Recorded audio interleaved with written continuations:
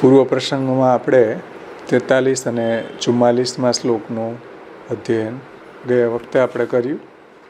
થોડું એનું રિવિઝન કરી લે. 43મા શ્લોકની અંદર ઉત્થાનિકામાં કેટલીક શ્રુતિની એક વાક્યતા કરીને હવે સર્વશ્રુતિની એક વાક્યતા કરવાને માટે ભગવાનના સ્વરૂપને 2 શ્લોકથી વર્ણન કરી રહ્યા છે. 43 અને 44. પંચાત્મક સ ભગવાન દ્વિષડાત્મકો ભૂત પંચદ્વૈશતસહસ્ર પરિપરામિતશ્ચ એક સમોપી અખિલ દોષ સમુજ્જિતોપી સર્વત્ર પૂર્ણ ગુણકોપી બહુપમોભૂત. એ ભગવાન 5 રૂપ છે, તેમજ 12 રૂપ છે, 10 રૂપ પણ છે, તેમજ સત રૂપ, 100 રૂપ, સહસ્ર રૂપ અને અસંખ્ય વિભૂતિ રૂપ પણ પોતે જ છે. અને તે સર્વમાં એક છે, સમ છે, સર્વ દોષથી રહિત છે, સર્વ ઠેકાણે પૂર્ણ ગુણવાળા છે, તો પણ બહુ ઉપમાયુક્ત છે. એટલે પંચાત્મક એટલે કે અગ્નિહોત્રાદિ રૂપથી ભગવાન પંચાત્મક છે. તેમજ એમના અગ્નિહોત્રાદિના જે સાધન છે, દેશ, કાલ, દ્રવ્ય, મંત્ર અને કર્તા, એ રૂપથી પણ ભગવાન પંચાત્મક છે. તેમજ 4 વેદ રૂપ પણ પોતે છે. ઉપનિષદથી પણ ભગવાન પંચાત્મક છે. તેમજ 5 પ્રાણ જે છે એ રૂપથી ભગવાન પંચાત્મક છે. આથી આ પદાર્થોનું નિરૂપણ કરનારી શ્રુતિઓની એક વાક્યતા અહીંયા સિદ્ધ થાય છે કે સર્વ શ્રુતિઓનું તાત્પર્ય ભગવાનમાં જ છે, ભગવાનની ભક્તિમાં જ છે. દેહમાં પણ ભગવાન પંચાત્મક છે. અને ધ્યાનને માટે પ્રાદેશ માત્ર, પછી હૃદયનો ભાગ, હૃદયમાં બિરાજનારા છે પ્રાદેશ માત્ર.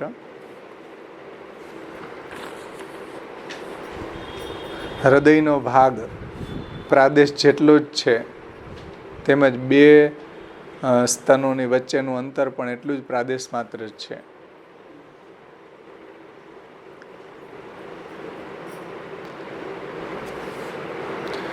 પછી સ્વામિત્વ, નિયંતાપણાને માટે ભગવાન આંખમાં રહેલા છે.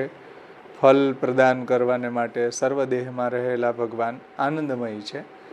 અને સર્વ કાર્યને માટે શરીરને વિશે સ્થિતિ કરનારા વૈશ્વાનર ભગવાન છે. આ રીતના 5 રૂપ વર્ણવ્યા છે. તેમજ પંચકોશ જે છે એ રૂપ પણ ભગવાન જ છે. પંચકોશ રૂપ ભગવાન ઉપાસનાને માટે છે. સર્વશ્રુતિઓની એક વાક્યતા થતી નથી એમ કોઈને શંકા થાય તો એના ખુલાસામાં શ્રી મહાપ્રભુજી પ્રકાશમાં આજ્ઞા કરે કે ભગવાન દ્વાદશ સૂર્યાત્મક પણ છે, અને માસાત્મક પણ છે, પુરુષાત્મક છે, અને અજ્ઞાત્મક છે, 10 દિશાત્મક ભગવાન પોતે જ છે. એટલે દેશ, કાલ વગેરે બધા ભગવાનના જ છે. દેવાત્મક, ઇન્દ્રિયાત્મક અને લીલાત્મક ભગવાન પોતે જ છે. આ સિવાય બીજા દશાત્મક સ્વરૂપ છે, એનો વિચાર કરી લેવો જોઈએ. એટલે જ્યાં જ્યાં આ રીતના 10નું વર્ણન આવે એ રૂપ હરિ જ છે, 10 લીલા રૂપ છે. તેમજ ભગવાનના શતસહ, સહસ્ર રૂપ, સહસ્રશઃ રૂપ, અયુત રૂપ અને અમિત રૂપ ઘણા જ છે. એ બધા રૂપ વિભૂતિ રૂપ જાણવા. યદ યદ વિભૂતિમત સત્વમ શ્રીમદ ઉર્જિતમેવ વા તે તત્ત તેવાવગચ્છમ મમ તેજોંસ સંભવમ. જે ભગવાન ગીતાજીમાં કહે છે કે જ્યાં જ્યાં તને એવું સામર્થ્ય દેખાય એ મારા જ સત્વનું પરિણામ છે, મારી જ વિભૂતિ રૂપ જાણવા. 7 પ્રકારે ભગવાનના રૂપ ભેદ કયા છે. તેમાં ભગવાન સર્વરૂપમાં એક સમ દોષ રહિત છે, પણ ઘણી ઉપમાઓને લીધે તથા રૂપભેદને લીધે તેમજ દ્રષ્ટાના દોષને લીધે તારતમ્ય એમાં ભાસે છે. નરની પેઠે પ્રાદેશ માત્ર, શાંત, ક્રૂર એવા ઘણા તારતમ્ય એમાં આપણને દેખાય છે. તો પણ ભગવાન સર્વ વિભૂતિઓમાં એક રૂપ જ છે, સર્વાત્મા છે, અને એ સ્થાનના દોષથી લેપાતા નથી. એટલે બધા સ્થાનમાં આપ બિરાજમાન છે. સ્થાનના દોષ બ્રહ્મની અંદર નથી. સ્થાનનું કોઈ લિમિટેશન બ્રહ્મની અંદર નથી. આ બ્રહ્મની તાત્વિકતા અહીંયા સમજાવી છે. એટલે માણસ, હા, નર એટલે પુરુષ.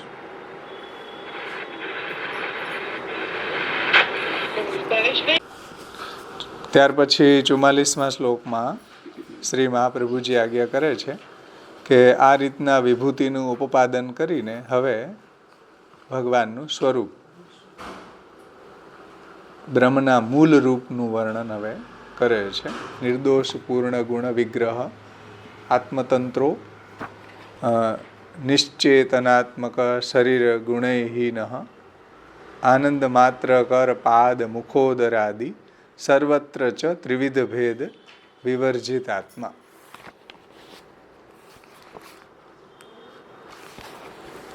એ 44મા શ્લોકમાં મહાપ્રભુજી આજ્ઞા કરે છે કે તે પરમેશ્વરના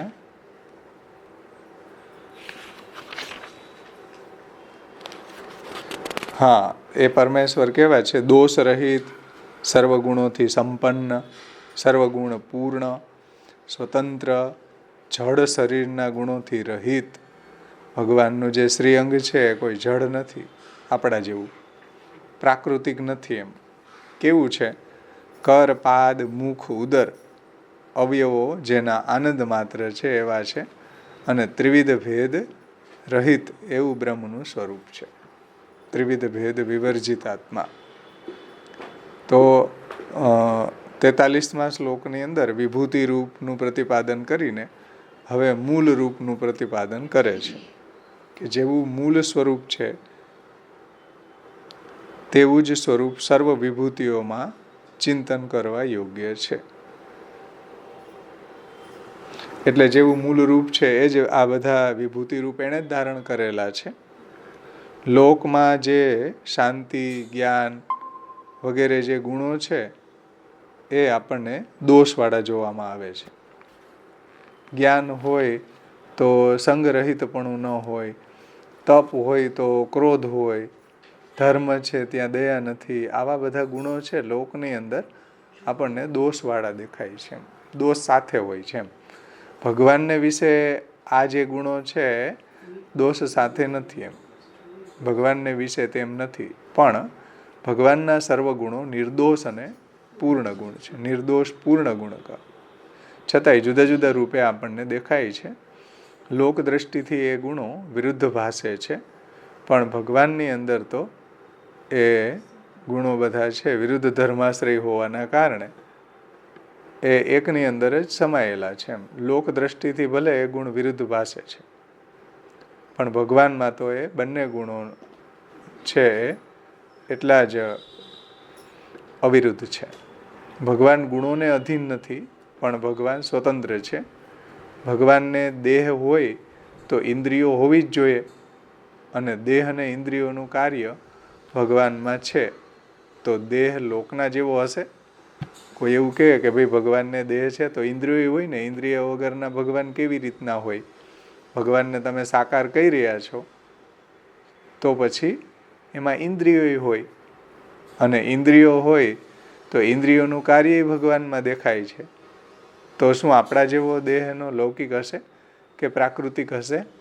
એવી શંકા દૂર કરવા માટે કહે છે કે ભગવાન જડ શરીર અને સત્વરજ અને તમ એ 3 ગુણથી રહિત છે. ભગવાનની અંદર એવું કોઈ આપણા જેવું જડ શરીર નથી કે આપણા જેવા કોઈ ત્રિગુણાત્મક નથી. તેમજ શરીરના ધર્મોથી પર એટલે કે રહિત છે.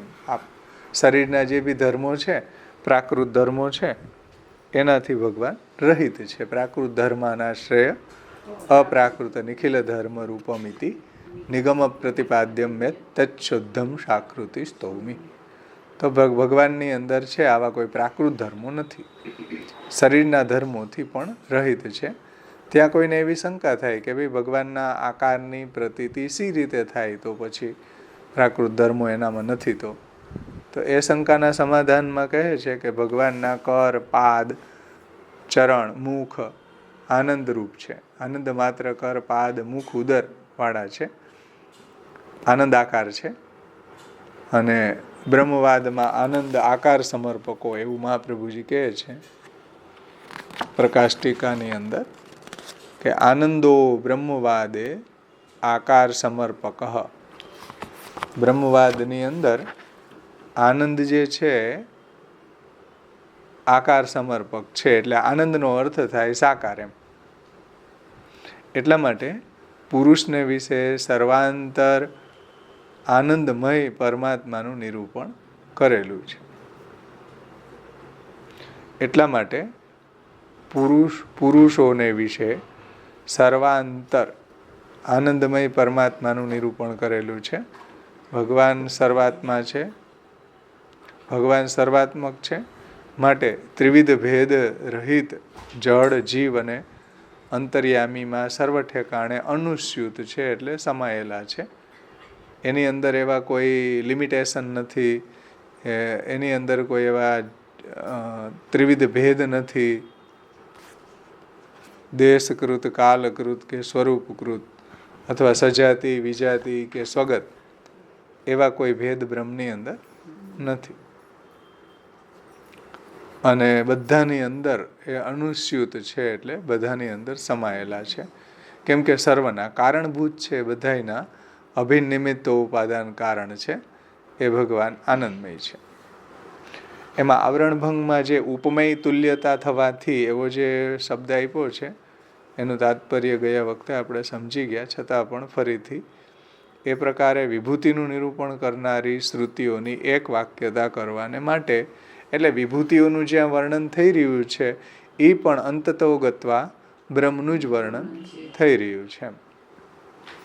તો એની એક વાક્યતા કરવાને માટે વિભૂતિ રૂપ પ્રતિપાદન કરીને એમાં ઉપમેય તુલ્યતા થવાથી પુરુષોત્તમજી આવરણભંગમાં શું કહે છે કે એની ઉપમેય તુલ્યતા થવાથી તેની પેઠે દોષ સંભવ થાય. તો એનું નિરાશને માટે મૂળ સ્વરૂપનું પ્રતિપાદન અહીંયા કરે છે. તો ઉપમેય એટલે જેમ ચંદ્ર જેવું મુખ, ગયા વખતે આપણે દ્રષ્ટાંત જોયું હતું. તો એમાં આપણે મુખને કોની ઉપમા આપી? ચંદ્રની. તો ચંદ્ર છે એ ઉપમા છે અને મુખ જે છે ને એ ઉપમેય છે. એવી રીતના અહીંયા દેવતાઓ બધા બ્રહ્મના રૂપો છે. આપણે એમ કહીએ ને, જેટલા અહીંયા વિભૂતિઓ છે એ બધા બ્રહ્મના રૂપ છે. તો એમાં આપણે કોની ઉપમા આપી? કોની ઉપમા આપી? એમાં ઉપમા કોણ છે અને ઉપમેય કોણ છે?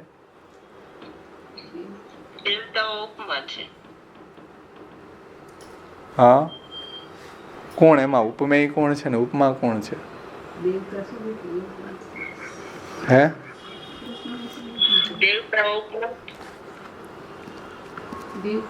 કે દેવતાઓને બ્રહ્મની ઉપમા આપવામાં આવી ને, કે બધા વિભૂતિઓ છે એ ભગવાનના રૂપ છે. સમજાણું ને? જેમ ચંદ્ર છે, મુખ છે ચંદ્ર જેવું છે, તો મુખને ચંદ્રની ઉપમા આપી, તો ચંદ્ર છે એની ઉપમા આપી છે આપણે, ને જે મુખ છે એ ઉપમેય છે. એવી રીતના બધા વિભૂતિઓ જે છે એને આપણે બ્રહ્મની ઉપમા આપી. બ્રહ્મ ઉપમા છે અને બધી વિભૂતિઓ ઉપમેય થયું ને. તો એવી રીતના આપણે કહીએ કે જુઓ, બધા જ વિભૂતિઓ જે છે એ બ્રહ્મરૂપ છે, બ્રહ્મે જ લીધેલા રૂપ છે. તો ઉપમેય તુલ્યતા થવાથી, સમજો, ઉપમેય તુલ્યતા થવાથી એટલે એની બ્રહ્મની સાથે તુલ્યતા થઈ ને, તો એમાં શું દોષ આવ્યો? તો દોષ સંભવ થાય ને. શું દોષ સંભવ થાય? કે ભાઈ બંને એક રૂપ જ હોય અને જો બધી વિભૂતિઓને બ્રહ્મની ઉપમા આપવામાં આવી હોય તો પછી વિભૂતિઓનું ભજન કરવાથી કૃષ્ણ મળી જવા જોઈએ. મળે નથી મળતા. એટલે ઉપમેય તુલ્યતા થવાથી એમાં દોષ સંભવ થાય. તો એને દૂર કરવા માટે શું કહે છે કે મૂળ સ્વરૂપનું પ્રતિપાદન કરવામાં આવે છે કે ભાઈ મૂળ સ્વરૂપ આવું છે. આ બધા જે વિભૂતિઓ છે એને મૂળ સ્વરૂપની ઉપમા તો આપી કે બધા એ બ્રહ્મની જ વિભૂતિ છે. ચલો, તો પ્રોબ્લેમ એ આવશે કે બંને એક નથી. વિભૂતિનું વર્ણન કર્યું તો બધું જ શું કૃષ્ણ રૂપ થઈ ગયું, બધું ભગવાન થઈ ગયું, બધી વિભૂતિઓ. તો શું બધી વિભૂતિઓનું ભજન કરવાથી કૃષ્ણ મળે? તો તત્તદ વિભૂતિઓનું ભજન કરો તો ભગવાન ન મળે, તત્તદ વિભૂતિ મળે. જેમ ગણેશનું કોઈ ભજન કરે, હવે ગણેશે લીધેલું રૂપ કોનું છે? ભગવાનનું જ છે. પણ ગણેશનું ભજન કરવાથી ભગવાન ન મળે, ગણેશ જ મળે. એમ શિવજી રૂપ વિભૂતિ કોણ બન્યું છે? ભગવાન જ બન્યા છે. બ્રહ્મા વિભૂતિ કોણ બન્યું છે? ભગવાન જ બન્યા છે. પણ બ્રહ્માજી કે શિવજીને કોઈ ઉપાસના કરે તો ભગવાન ન મળે. એમ તત્ત દેવતા જ મળે. સમજાણું ને? એટલે બંને એક નથી. વિભૂતિનું વર્ણન કર્યું તો બધું કંઈ ભગવાન, બધા જ ભગવાનના જ રૂપ છે એ વાત સાચી. પણ એ વિભૂતિઓનું ભજન કરવાથી કૃષ્ણ ન મળે. સમજાણું ને? એટલે કોઈ એમ કે તો પછી વિભૂતિનું ભજન કરવાથી, વિભૂતિ ભગવાન જ બન્યા હોય તો વિભૂતિનું ભજન કરવાથી ભગવાન મળી જવા જોઈએ ને? તો કે નહીં, એવું નથી. વિભૂતિનું વર્ણન કરી અને એટલા માટે જ વિભૂતિનું વર્ણન કરીને પછી મૂળ રૂપનું વર્ણન કરવામાં આવે છે.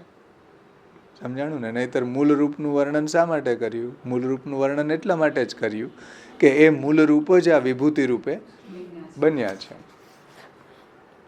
એટલે મૂળ સ્વરૂપનું પ્રતિપાદન કરવામાં આવે છે કે મૂળ રૂપ શ્લોક 25માં કહ્યું છે.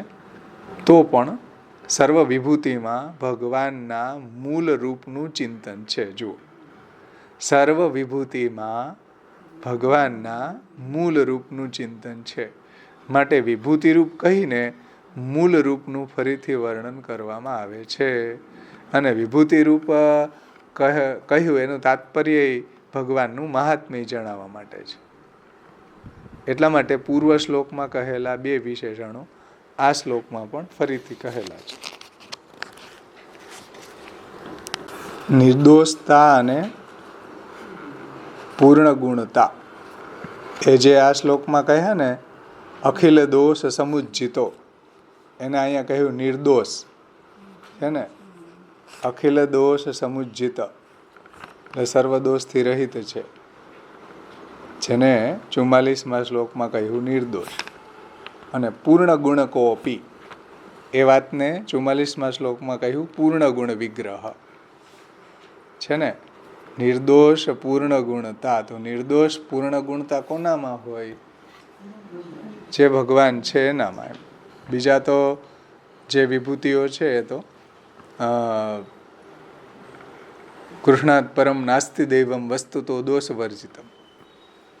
એટલે અહીંયા પુરુષોત્તમજી એમ કહે છે કે વિભૂતિ રૂપ કહીને મૂળ રૂપનું ફરીથી વર્ણન કરવામાં આવે છે. એટલા માટે જ પૂર્વ શ્લોકમાં કહેલા બે વિશેષણો આ શ્લોકમાં ફરીથી કહ્યા છે. નિર્દોષ પૂર્ણ ગુણ વિગ્રહ. 43માં શ્લોકમાં અખિલ દોષ સમુજ્જિત, બધા દોષથી રહિત, અને પૂર્ણ ગુણ કોપી છે ને.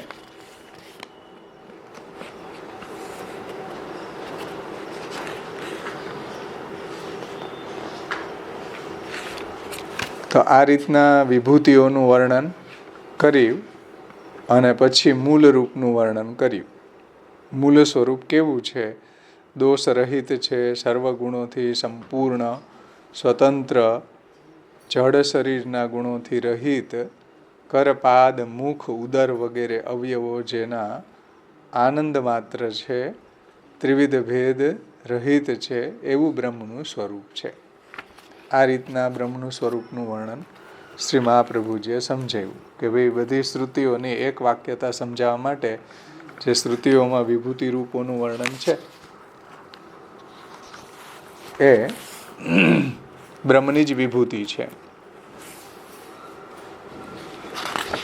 હવે ત્યાર પછીનો જે શ્લોક આવી રહ્યો છે 45મા શ્લોકની ઉત્થાનિકામાં શ્રી મહાપ્રભુજી આજ્ઞા કરે છે એતન નિરૂપણસ્ય પ્રયોજનમ આહ તસ્ય જ્ઞાનાધિ કૈવલ્યમ ઇતિ. એટલે હવે આ મૂળ રૂપના નિરૂપણનું પ્રયોજન કહેવામાં આવે છે કે ભાઈ મૂળ રૂપનું નિરૂપણ અહીંયા કર્યું એનું પ્રયોજન શું? એતન નિરૂપણસ્ય પ્રયોજનમ આહ તસ્ય જ્ઞાનાધિ કૈવલ્યમ. એટલે મૂળરૂપના નિરૂપણનું પ્રયોજન સમજાવે છે શ્રી મહાપ્રભુજી કે તસ્ય જ્ઞાનાધિ કૈવલ્યમ અવિદ્યા વિનિવૃત્તિતઃ. તસ્ય યાની તે બ્રહ્મના જ્ઞાનાધિ એટલે જ્ઞાનથી અવિદ્યા નિવૃત્તિતઃ અવિદ્યા દૂર થવાથી કૈવલ્યમ એટલે મોક્ષ પ્રાપ્ત થાય છે. તસ્ય આ મૂળ રૂપનું જ્ઞાન થાય તો શું થાય? મૂળ રૂપનું જ્ઞાન થવાથી અવિદ્યા નિવૃત્તિતઃ અવિદ્યાની નિવૃત્તિ થાય છે અને કૈવલ્યમ એટલે મોક્ષની પ્રાપ્તિ થાય છે. એ અહીંયા સમજાવે છે શ્રી મહાપ્રભુજી. આપણે સર્વપ્રથમ બ્રજભાષામાં જોઈએ.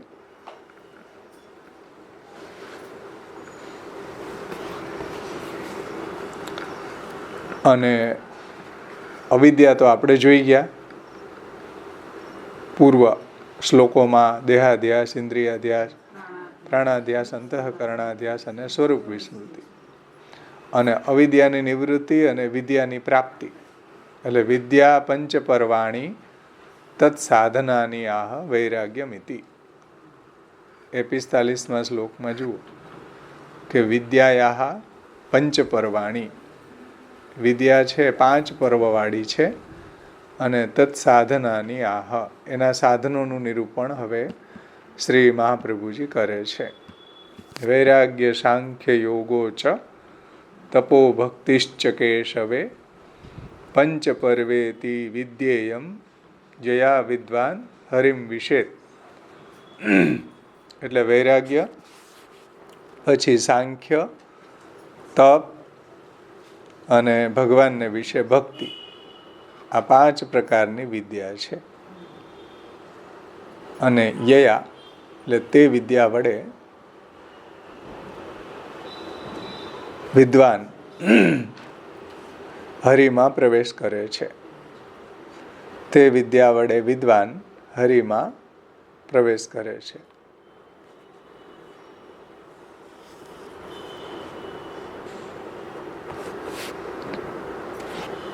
એને આપણે વ્રજભાષામાંથી સર્વપ્રથમ જોઈએ ટીકા.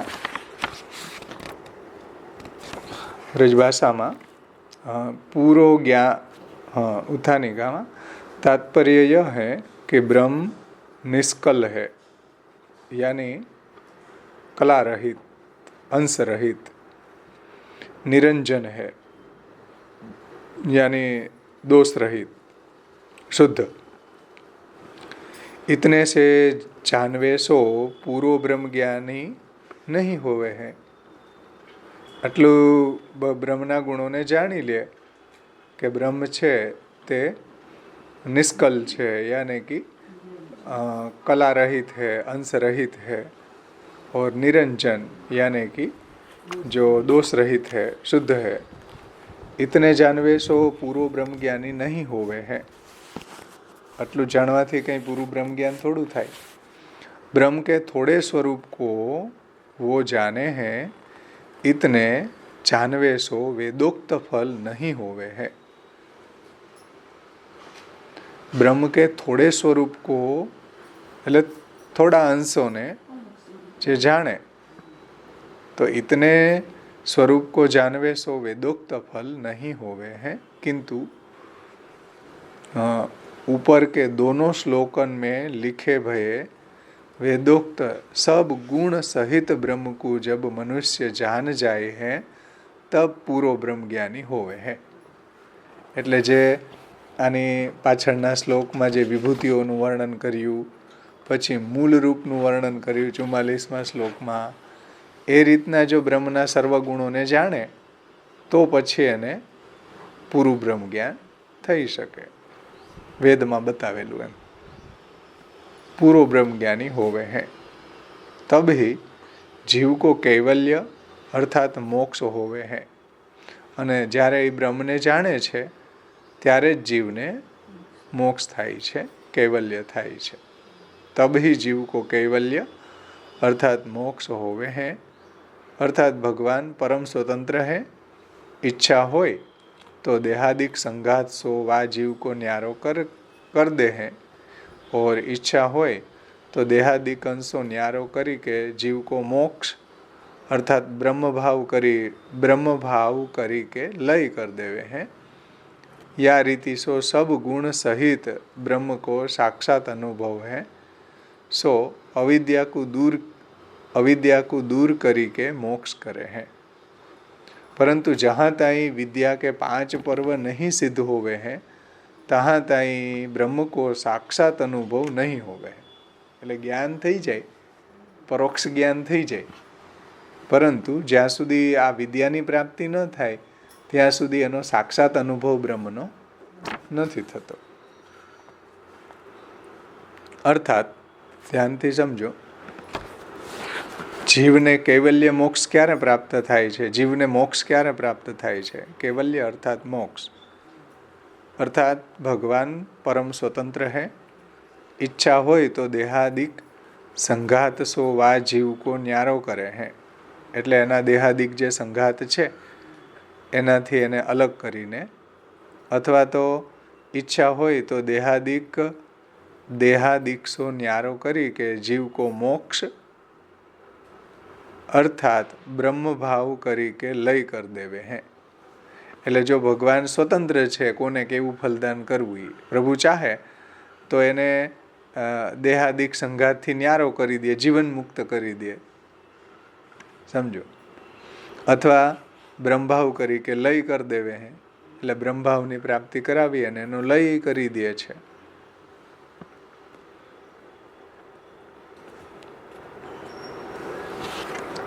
અહીંયા ઉપર જે વાત કરીને એનું તાત્પર્ય છે.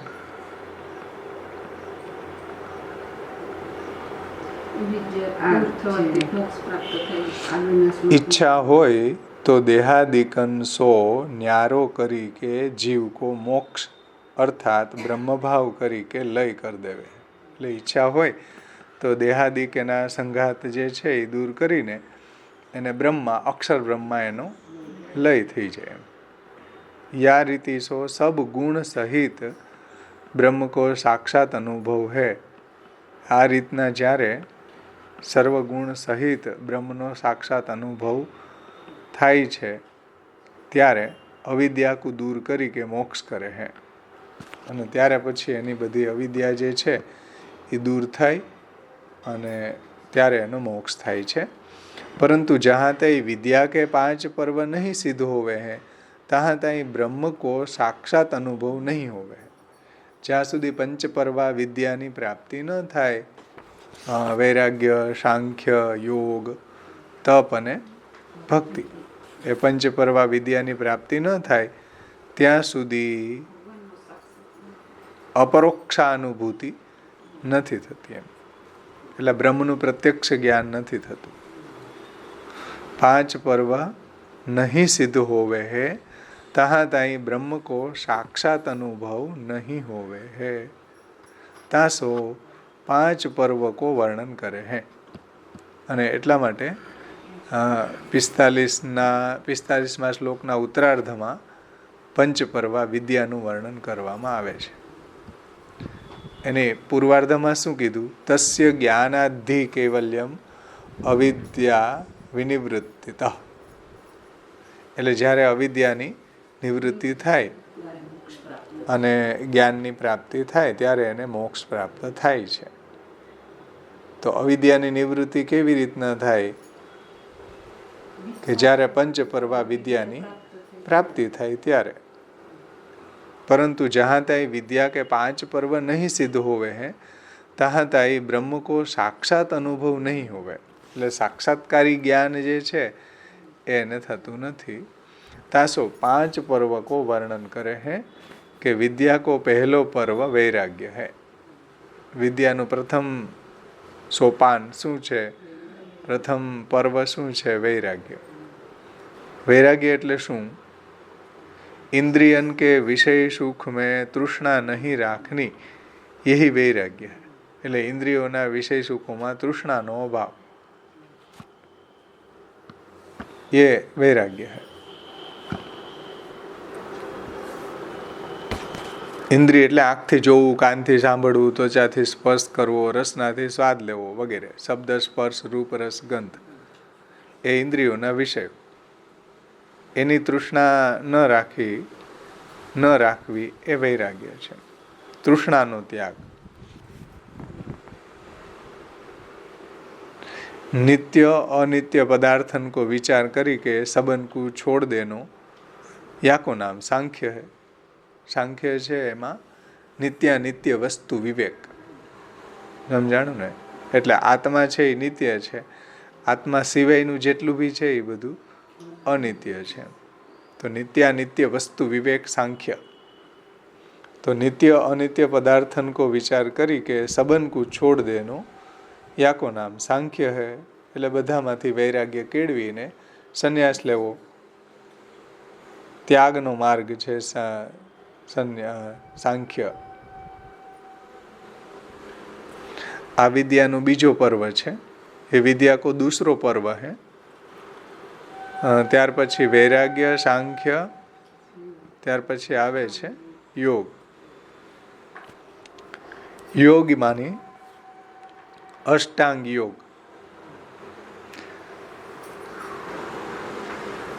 यम नियम आसन प्राणायाम प्रत्याहार ध्यान धारणा समाधि आ 8 एना अंगो छे. अष्टांग योग. विद्या को तीसरो पर्व है अष्टांग योग. योग चित्त वृत्ति निरोध. योगनो अर्थ थाय चित्त वृत्तिनो निरोध. પછી વિદ્યાનો ચોથો પર્વ છે તપ. विचार पूर्वक ज्ञान सो अथवा तो चित्त को एक ठिकाने लगाई के स्थित करवे को नाम तप है. विचार पूर्वक ज्ञान सो अथवा चित्त को एक ठिकाने लगाई के स्थिर रहवे को नाम तप है.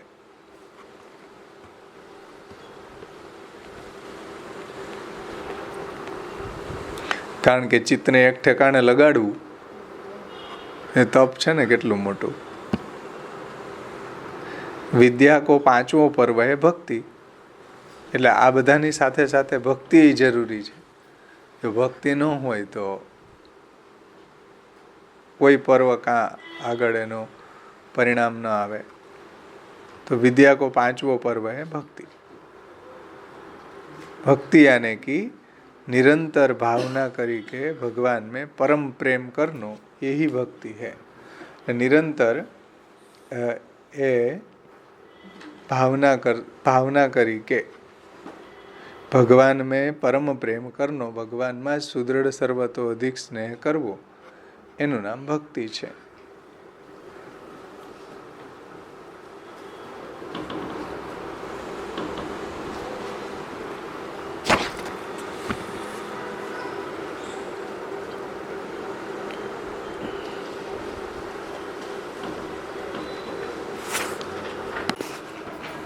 આ શ્લોકના પ્રકાશને આવરણ ભંગ ગુજરાતીમાં પેજ નંબર 122 ઉપર. જો કે આમાં 45 અને 46 બે શ્લોક સાથે આપ્યા છે.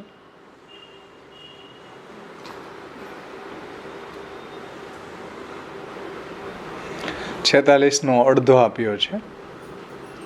સત્વ સૃષ્ટિ પ્રવૃત્તાનામ દૈવાના મુક્તિ યોગ્યતા.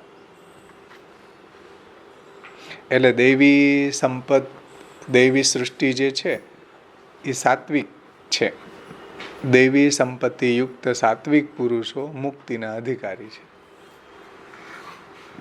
સત્વસૃષ્ટિ પ્રવૃત્તાનામ દૈવાનામ મુક્તિ યોગ્યતા, એ અડધી કારિકા જે છે ને,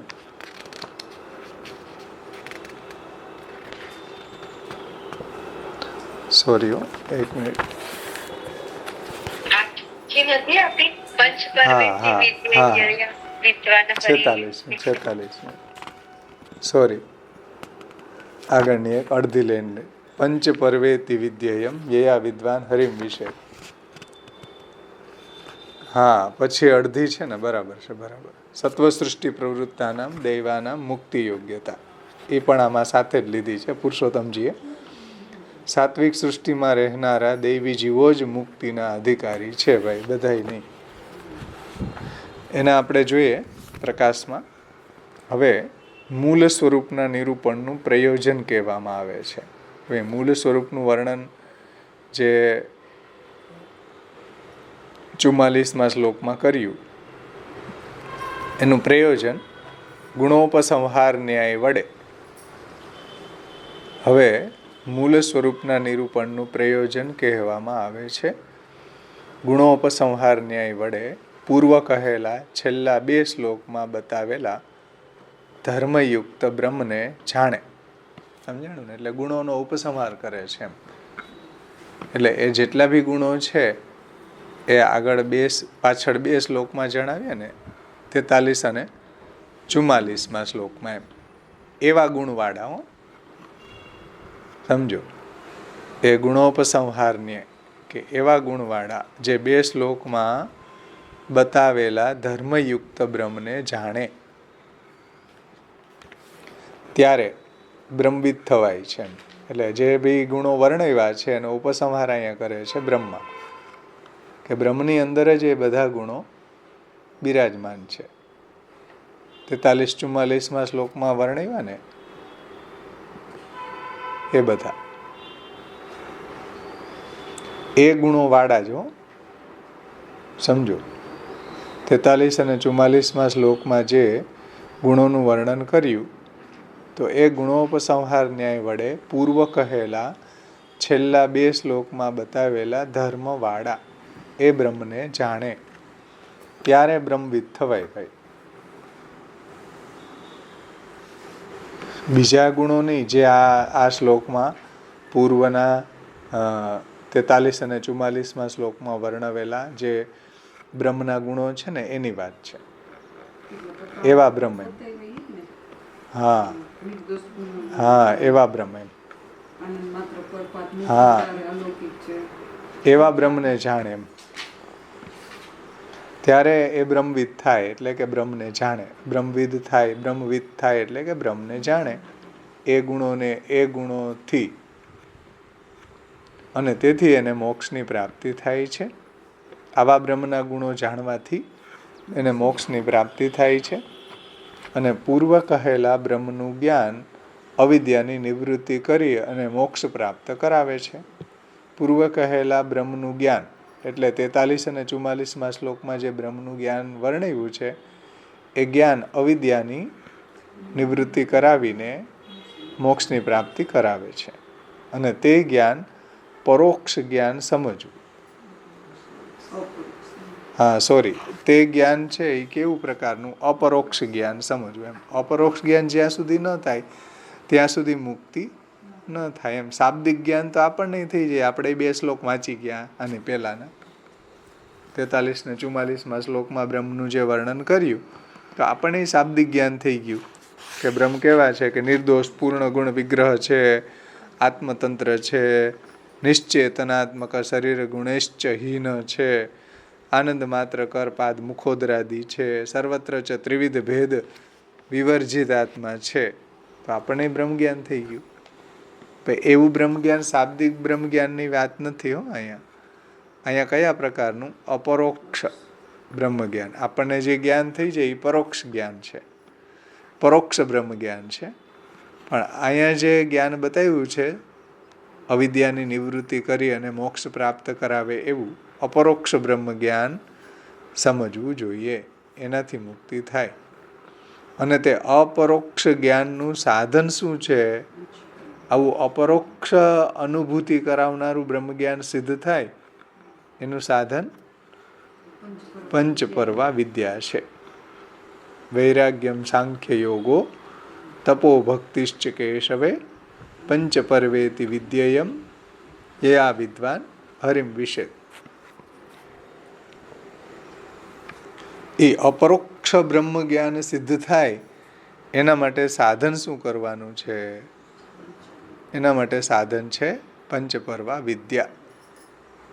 તેમાં પ્રથમ પર્વ છે વૈરાગ્ય. વૈરાગ્ય એટલે વિષય તૃષ્ણા રહિતપણું છે, વિષયની તૃષ્ણાનો ત્યાગ છે. બીજું પર્વ છે સાંખ્ય, અને સાંખ્યનો અર્થ થાય છે નિત્ય અને અનિત્યના વસ્તુના વિવેકપૂર્વક સર્વ અનિત્ય વસ્તુનો આંતરત્યાગ છે. બધી અનિત્ય જે છે પદાર્થો એનો ત્યાગ એટલે અહંતા મમતા છોડી દેવી. તે અહંતા મમતા નાશે સર્વથા નિરહંકૃતો સ્વરૂપસ્થો યદા જીવ કૃતાર્થ સ નિગદ્યતે, જે મહાપ્રભુજી બાલબોધમાં સમજાવે છે. તપ એટલે ત્યાર પછીનું છે વિદ્યા ત્રીજી. તપ એટલે વિચારપૂર્વક આલોચન એટલે જોવું તે.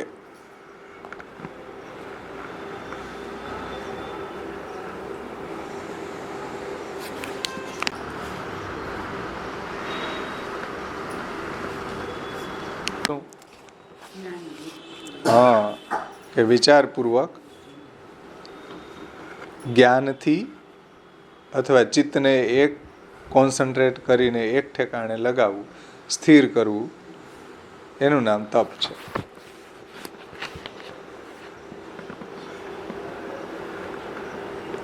પછી આ રીતના 10 ઇન્દ્રિય અને 11મું મન એ સઘળાની એકાગ્રતા વડે સ્થિતિ તે વિદ્યાનું ચોથું પર્વ છે.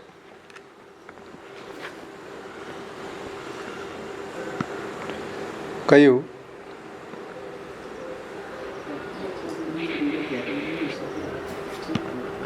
ચોથું પર્વ કયું છે? હા, તપ. 11 ઇન્દ્રિયો અને મન, 10 ઇન્દ્રિયો અને મન સઘળી એકાગ્રતા વડે સ્થિતિ એ વિદ્યાનું ચોથું પર્વ છે, તપ. આવી રીતની નિરંતર ભાવના વડે પરમ પ્રેમ થાય અને પ્રેમને ભક્તિ કહેવામાં આવે છે. અને તે વિદ્યાનું 5મું પર્વ છે, ભક્તિ. વૈરાગ્ય, સાંખ્ય, યોગ, તપ અને ભક્તિ. જો આ 5 પર્વ સિદ્ધ થાય તો બ્રહ્મનું અપરોક્ષાનુભૂતિવાળું જ્ઞાન થાય. બ્રહ્મનું અપરોક્ષાનુભૂતિવાળું જ્ઞાન થવામાં સાધન શું છે? પંચપર્વા વિદ્યા. અને પછી પંચપર્વા વિદ્યા દૂર થાય તો એને અપરોક્ષાનુભૂતિવાળું જ્ઞાન થાય અને એવા જ્ઞાનથી મોક્ષ થાય, કૈવલ્ય થાય.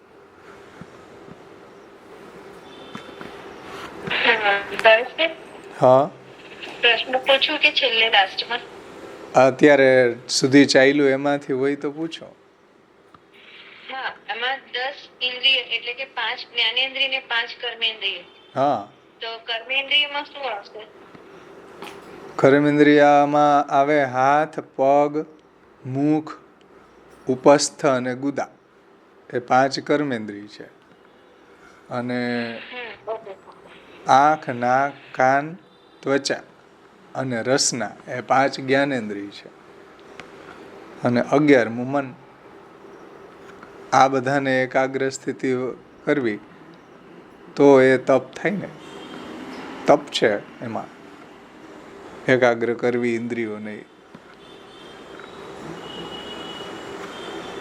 એટલે એને અહીં તપ કહ્યું છે. અને એવી જ રીતના જ્યારે 4 પર્વ સિદ્ધ થાય ત્યાર પછી ભાવના વડે પરમ પ્રેમ થાય અને એ પ્રેમને ભક્તિ કહેવાય છે, જે અવિદ્યાનું 5મું પર્વ છે. કે આ 4 વિદ્યાના પરિણામ રૂપે પછી લાસ્ટમાં ભક્તિ.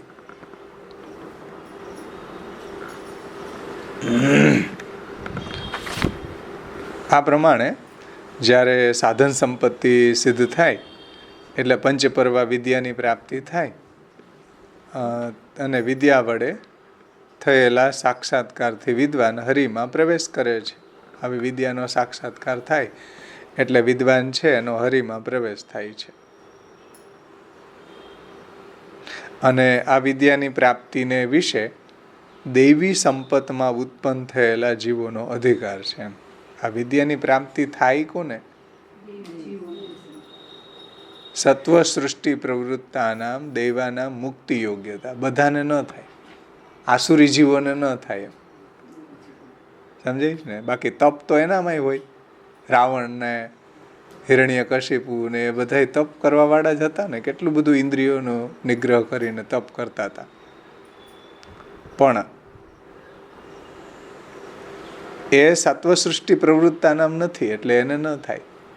સાત્વિક સૃષ્ટિમાં એ નથી, દૈવી જીવોમાં એ નથી, દૈવી સૃષ્ટિમાં નથી. સત્વ સૃષ્ટિ પ્રવૃત્તાનામ દૈવાના મુક્તિ યોગ્યતા. આ કોણ કરી શકે? પંચપર્વા વિદ્યાની પ્રાપ્તિ. વૈરાગ્ય સાંખ્ય યોગો તપો ભક્તિશ્ચ કેશવે પંચપર્વેતિ વિદ્યયમ યયા વિદ્વાન હરિમ વિશેત. તો સાધન સંપત્તિ થવાથી પંચપર્વા વિદ્યા પ્રાપ્ત થાય છે. આ પ્રમાણે સાધન કરવાથી અને વિદ્યા વડે થયેલા સાક્ષાત્કારથી વિદ્વાન હરિમાં પ્રવેશ કરે છે એટલે મુક્તિ પ્રાપ્ત થાય છે. અથવા તો આ વિદ્યા પ્રાપ્તિને વિશે દૈવી સંપતમાં ઉત્પન્ન થયેલા જીવોનો જ અધિકાર છે ભાઈ. દૈવી સૃષ્ટિમાં જન્મેલા જે જીવો છે એને જ આ વિદ્યા પ્રાપ્ત થાય. આસુરી જે સૃષ્ટિ છે, આસુરી જીવો છે એને ન થાય. આસુરી જીવોને ન થાય, દૈવી જીવોને જ થાય. કારણ કે આસુરી જીવો આના અધિકારી જ નથી મુક્તિના. અને પંચપર્વા વિદ્યા દૈવી સંપદને જ પ્રાપ્ત થાય છે ને એના દ્વારા એને મુક્તિ થાય છે. સત્વ સૃષ્ટિ પ્રવૃત્તાનામ દૈવાના મુક્તિ યોગ્યતા. એટલે દૈવી સૃષ્ટિ, દૈવી સંપત્તિ યુક્ત જે સાત્વિક પુરુષો છે, સાત્વિક સૃષ્ટિ છે એને જ એ જ મુક્તિના અધિકારી છે, બધા નહીં. સમજાણું ને?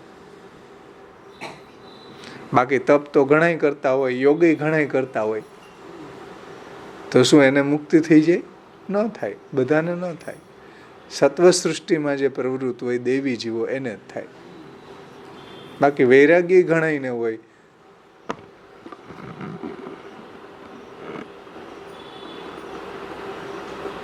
પછી યોગી હોય, યોગ ચિત્તવૃત્તિ નિરોધ, યોગી ઘણાય કરતા હોય મેડિટેશન, ચિત્તને એકાગ્ર કરવા માટે, તો એને થાય? તો એને ન થાય.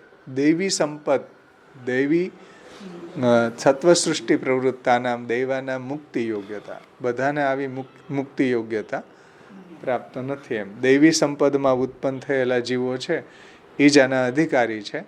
અને શ્રીમદ ભગવદ્ ગીતાની અંદર 26મા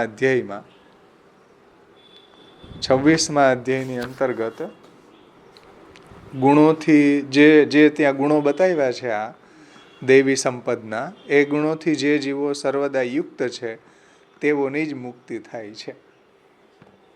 દૈવી સૃષ્ટિમાં જે આવા ગુણોથી સંપન્ન છે એ આપણે જોઈએ શ્રીમદ ભગવદ્ ગીતાની અંદર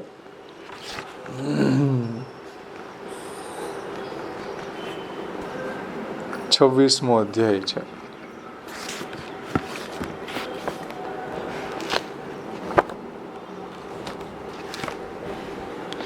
સોરી 26 ગુણો. 26મો અધ્યાય ક્યાંથી હોય? 18 જ અધ્યાય છે. ભગવદ્ ગીતાની અંદર 26 ગુણોથી જે યુક્ત હોય એવો મુક્તિના અધિકારી છે. 13મો અધ્યાય છે ક્ષેત્રજ્ઞ વિભાગ યોગ.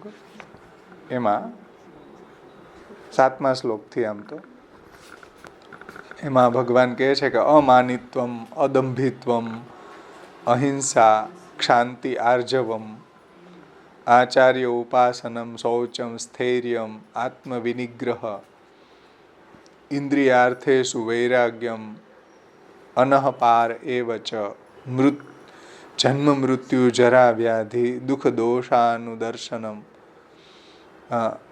પછી અશક્તિર અનભિસ્વંગ પુત્રદાર ગૃહાદિષુ નિત્યંચ સમચિતત્વમ,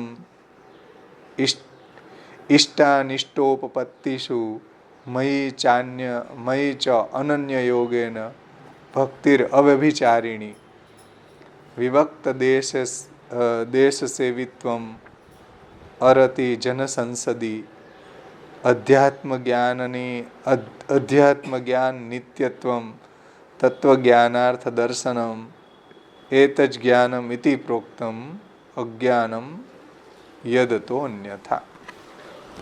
આ ગુણો અહીંયા વર્ણવ્યા છે. જુઓ, અમાનીપણું, અદંભીપણું, અહિંસા, ક્ષમા, ઋજુતા, આચાર્યોની સેવા, પવિત્રતા, સ્થૈર્યમ એટલે સ્થિરતા, ચિત્તનો નિગ્રહ, પછી ઇન્દ્રિયોના વિષયો પ્રતિ વૈરાગ્ય, અહંકારનો અભાવ, જન્મ મરણ જરા અને વ્યાધિમાં દુઃખ અને દોષનો વિચાર, પુત્ર પત્ની ગૃહ વગેરેમાં આસક્તિનો તથા સંગનો અભાવ, ઇષ્ટ અથવા તો અનિષ્ટની પ્રાપ્તિમાં નિત્ય સમીચીનપણું એટલે સમાનપણું, તથા મારામાં અનન્ય યોગથી અવ્યભિચારિણી ભક્તિ, એકાંત પ્રદેશનું સેવન, લોકોની સભામાં અરતિ, નિત્ય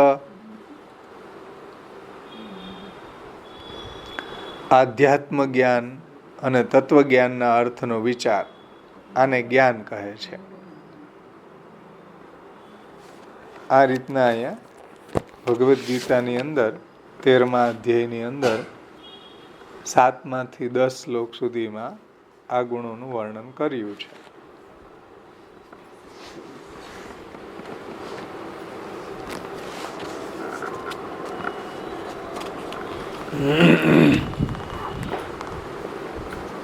ગીતાજીમાં કહેલા 26 ગુણોથી જે જીવો સર્વદા યુક્ત છે તેઓની મુક્તિ થાય છે, બીજાઓની નથી થતી. એમ આવા ગુણો જ્યારે સંપન્ન થાય એવાની મુક્તિ થાય છે. જે સત્વસૃષ્ટિ પ્રવૃત્તાનામ દૈવાના મુક્તિ યોગ્યતા, એટલે કે જે દૈવી સંપત્તિથી યુક્ત સાત્વિક પુરુષો છે એ મુક્તિના અધિકારી છે. અને આવા ગુણોથી જે સંપન્ન છે તે,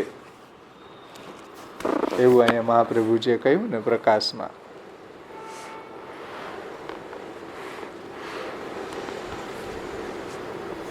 ये सात्विका देवां संपत्ति जाता विद्युपजीविनः सर्वदा तेषां मुक्ति भविष्यति न अन्येषामिति ज्ञापितम्.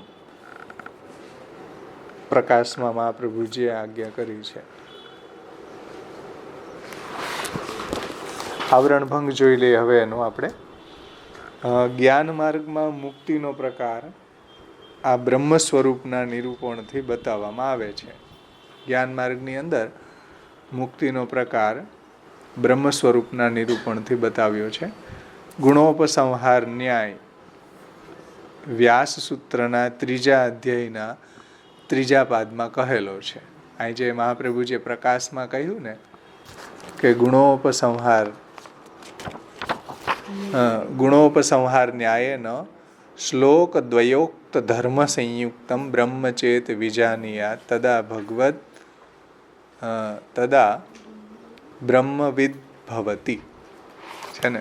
પ્રકાશમાં મહાપ્રભુજીએ કહ્યું છે. તો શ્રી પુરુષોત્તમજી એને સમજાવે છે કે ભાઈ જ્ઞાન માર્ગમાં મુક્તિનો પ્રકાર બ્રહ્મના સ્વરૂપના નિરૂપણથી બતાવવામાં આવ્યો છે. જ્ઞાન માર્ગની દ્રષ્ટિથી અહીંયા વાત ચાલે છે ભાઈ. એટલે ગુણોપસંહાર ન્યાય વ્યાસ સૂત્રના 2જા અધ્યાયના 3જા પાદમાં કહ્યો છે. અને તેમાં સર્વશ્રુતિની એક વાક્યતાથી વિદ્યાનું એકત્વ પ્રતિપાદન કરેલું છે. તેમાં સર્વશ્રુતિની એક વાક્યતા સમજાવી છે બાદરાયણે વ્યાસ સૂત્રમાં. સર્વશ્રુતિની એક વાક્યતાથી વિદ્યાનું એકત્વ પ્રતિપાદન કર્યું છે. આથી શ્રુતિ વિષય નિર્ધારણમાં બ્રહ્મ કેવળ નિષ્કલ એટલે કે કલા રહિત, કલા અથવા તો અંશ રહિત છે એમ જાણે તે બ્રહ્મવિદ નથી. સમજો, વિષય નિર્ધારણમાં બ્રહ્મ જે છે એ કેવલ કોઈ કલા રહિત છે કે કોઈ નિર્ગુણ છે કે નિર્ધર્મક છે એવું જાણે એટલે એ બ્રહ્મવિદ કહેવાય નહીં. પરંતુ શ્રુત્યુક્ત સર્વધર્મયુક્ત બ્રહ્મ છે એમ જે જાણે તે જ બ્રહ્મવિદ કહેવાય. ગુણોપસંહાર ન્યાયથી શ્રુતિમાં બતાવેલા જે બ્રહ્મના ગુણો છે એ ગુણ બ્રહ્મના જાણે તો એને બ્રહ્મવિદ કહેવાય. સમજમાં આવ્યું ને? પણ શંકરાચાર્યજી એમ કે નિષ્કલ છે, નિરંજન છે, નિરાકાર છે, નિર્ગુણ છે, નિર્ધર્મક છે, નિષ્ફલ છે, આવા ગુણો જાણીએ તો બ્રહ્મવિદ કહેવાય? તો કે નહીં. શ્રુતિમાં જે રીતના બ્રહ્મના ગુણોનું વર્ણન કર્યું હોય એ રીતના ગુણોપસંહાર ન્યાયથી એ રીતના બ્રહ્મને જાણે તો એને બ્રહ્મવિદ કહેવાય. સમજીશ ને? ગુણોપસંહાર ન્યાય એટલે શ્રુતિમાં જે ગુણોનું વર્ણન કર્યું એ ગુણોથી બ્રહ્મને જાણે તે બ્રહ્મવિદ કહેવાય. મનગઢંત ગુણોને એમાં જાણે એ બ્રહ્મવિદ ન કહેવાય કે નિષ્કલ છે ને નિરંજન છે ને નિષ્ફલ છે ને નિષ્ક્રિય છે ને આવા ગુણોથી નહીં. શ્રુતિ જે રીતના બ્રહ્મના ગુણોનું વર્ણન કરે છે એ રીતના ગુણોપસંહાર કરવું. તો શ્રુતિયુક્ત સર્વધર્મયુક્ત બ્રહ્મ છે એવું જે જાણે છે તે બ્રહ્મવિદ છે, એટલે કે સાચો બ્રહ્મને જાણનારો છે ને. આ રીતના બ્રહ્મને જાણે તો એને મુક્તિ મળે જ્ઞાન માર્ગમાં. હું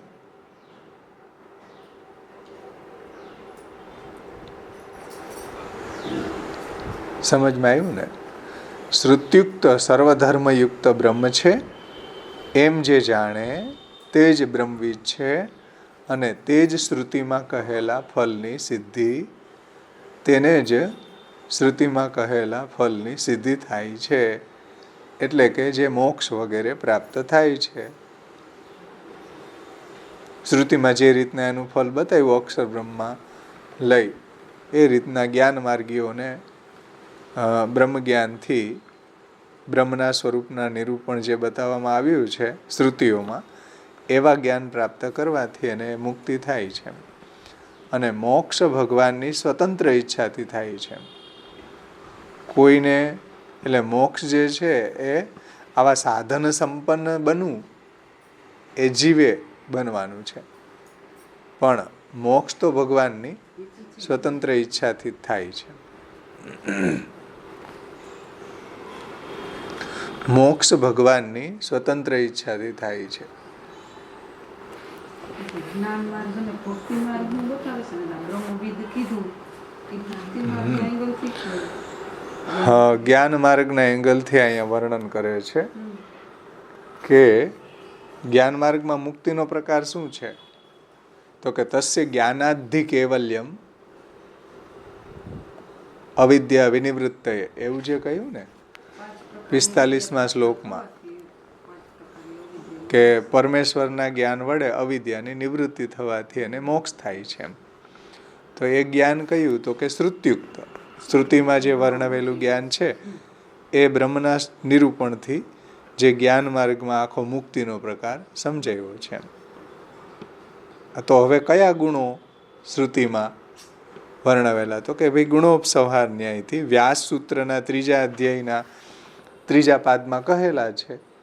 તેમાં સર્વશ્રુતિની એક વાક્યતાથી વિદ્યાનું એકત્વ પ્રતિપાદન કર્યું છે. એ ગુણોની વાત છે, બીજા ગુણો નહીં એમ.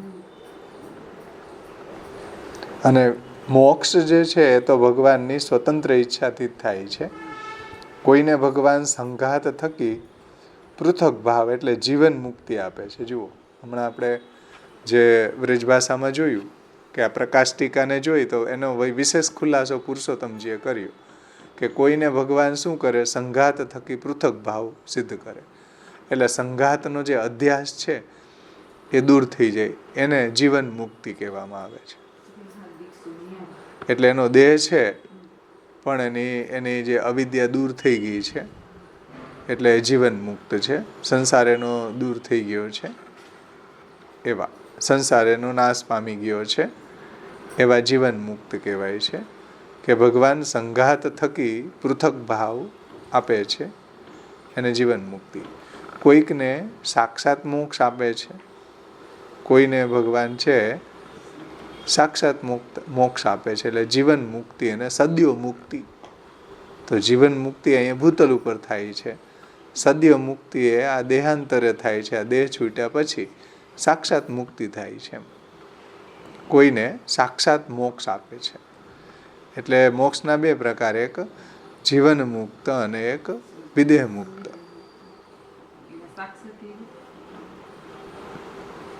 સદ્ય મુક્તિ, હા, સદ્ય મુક્તિ એટલે સાક્ષાત મોક્ષ.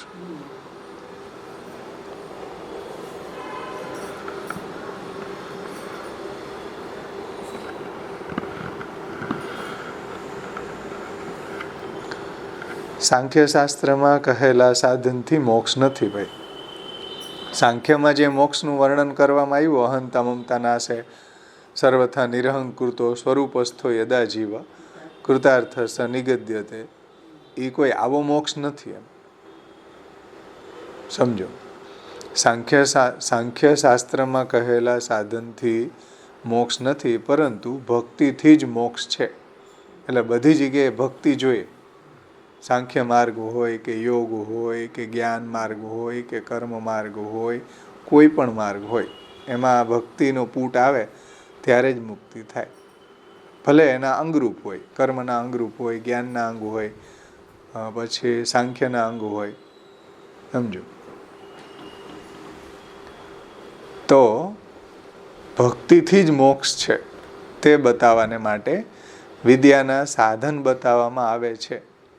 વિદ્યાના જે 5 સાધન બતાવ્યા, વૈરાગ્ય, સાંખ્ય, યોગ, તપ અને ભક્તિ. તો એમાં ભક્તિ બતાવી છે, એનાથી જ મોક્ષ થાય છે. એટલે બધાની અંદર ભક્તિનો પૂટ તો લાગવો જ જોઈએ, તો જ એ મુક્તિ થાય. એમ ભક્તિથી જ મોક્ષ થાય છે એ બતાવવાને માટે વિદ્યાના સાધન બતાવવામાં આવે છે. તેમાં પ્રથમ પર્વ અથવા તો સાધન વૈરાગ્ય છે, પછી સાંખ્ય, યોગ, તપ અને ભગવાનને વિશે ભક્તિ. એ બાકીના 4 સાધન અથવા તો પર્વ છે.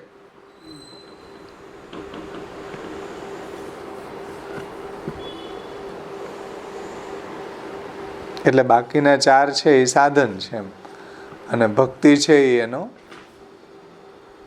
ક્લાઇમેક્સ છે એમ, એનાથી થતું એનું રિઝલ્ટ છે એમ સમજો. 4નું રિઝલ્ટ છે ભક્તિ એમ. શ્રીમદ ભગવદ્ ગીતાજીના 13મા અધ્યાયમાં જે હમણાં આપણે વાંચ્યા ને, અમાનિત્વમ, અદંભિત્વમ, અહિંસા, ક્ષાંતિ, આર્જવ, 13મો અધ્યાયના 7 થી શ્લોક છે 10, 7 થી 10.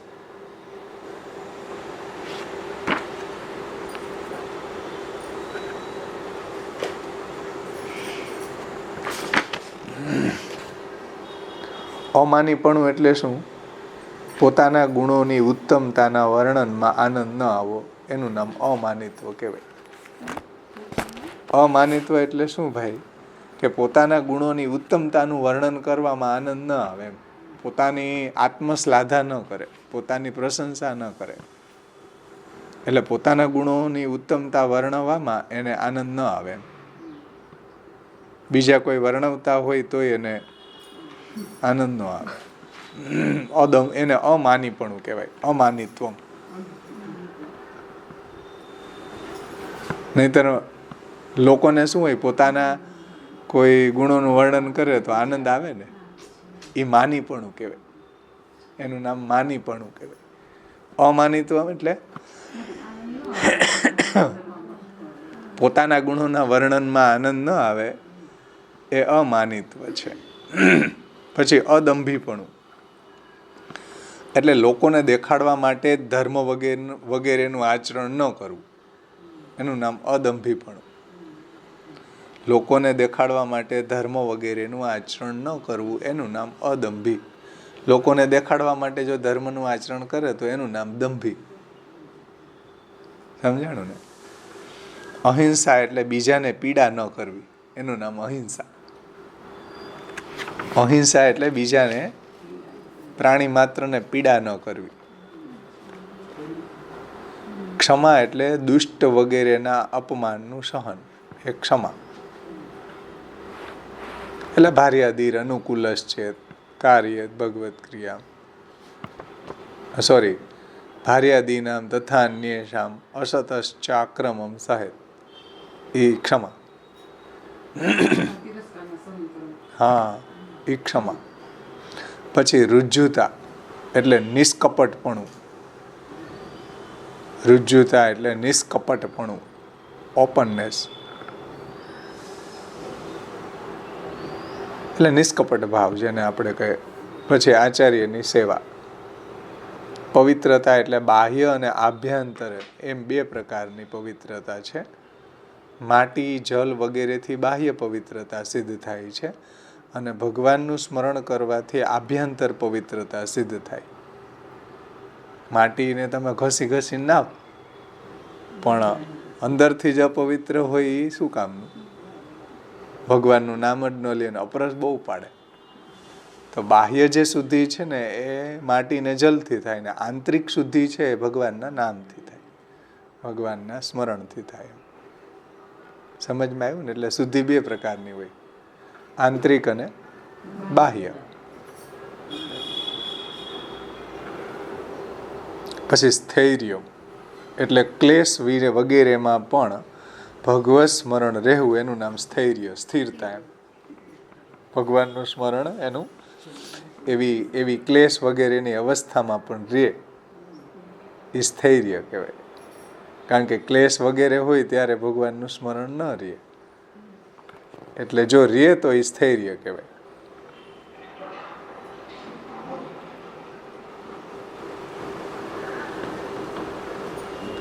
પછી શું છે? ચિત્તનો નિગ્રહ. ચિત્તનો નિગ્રહ એટલે આત્મા એટલે ચિત્તનો નિગ્રહ. આત્મવિનિગ્રહ એટલે શીત, ક્ષુધા વગેરેના સહનથી દેહનો સંયમ. એટલે ઠંડી, ભૂખ લાગવી, તડકો, આ બધાયથી એ સહનથી દેહનો સંયમ રાખવો. એમ સમજાણું ને? ભૂખ લાગે તો પછી ક્રોધ નહીં બહુ કરવો, સંયમ રાખવો. એમ બહુ તડકો હોય તો પછી ગરમ નહીં થઈ જવાનું, સંયમ રાખવો. પછી ઇન્દ્રિયોના વિષયો પ્રતિ વૈરાગ્ય, અહીંયા વૈરાગ્ય છે. ત્યાર પછી અહંકારના અભાવ. એમાં મૂળમાં એવ શબ્દ છે શ્લોકની અંદર. અનપહાર એવ ચ, એને શ્રી ટીકાકાર અહીંયા સમજાવે છે.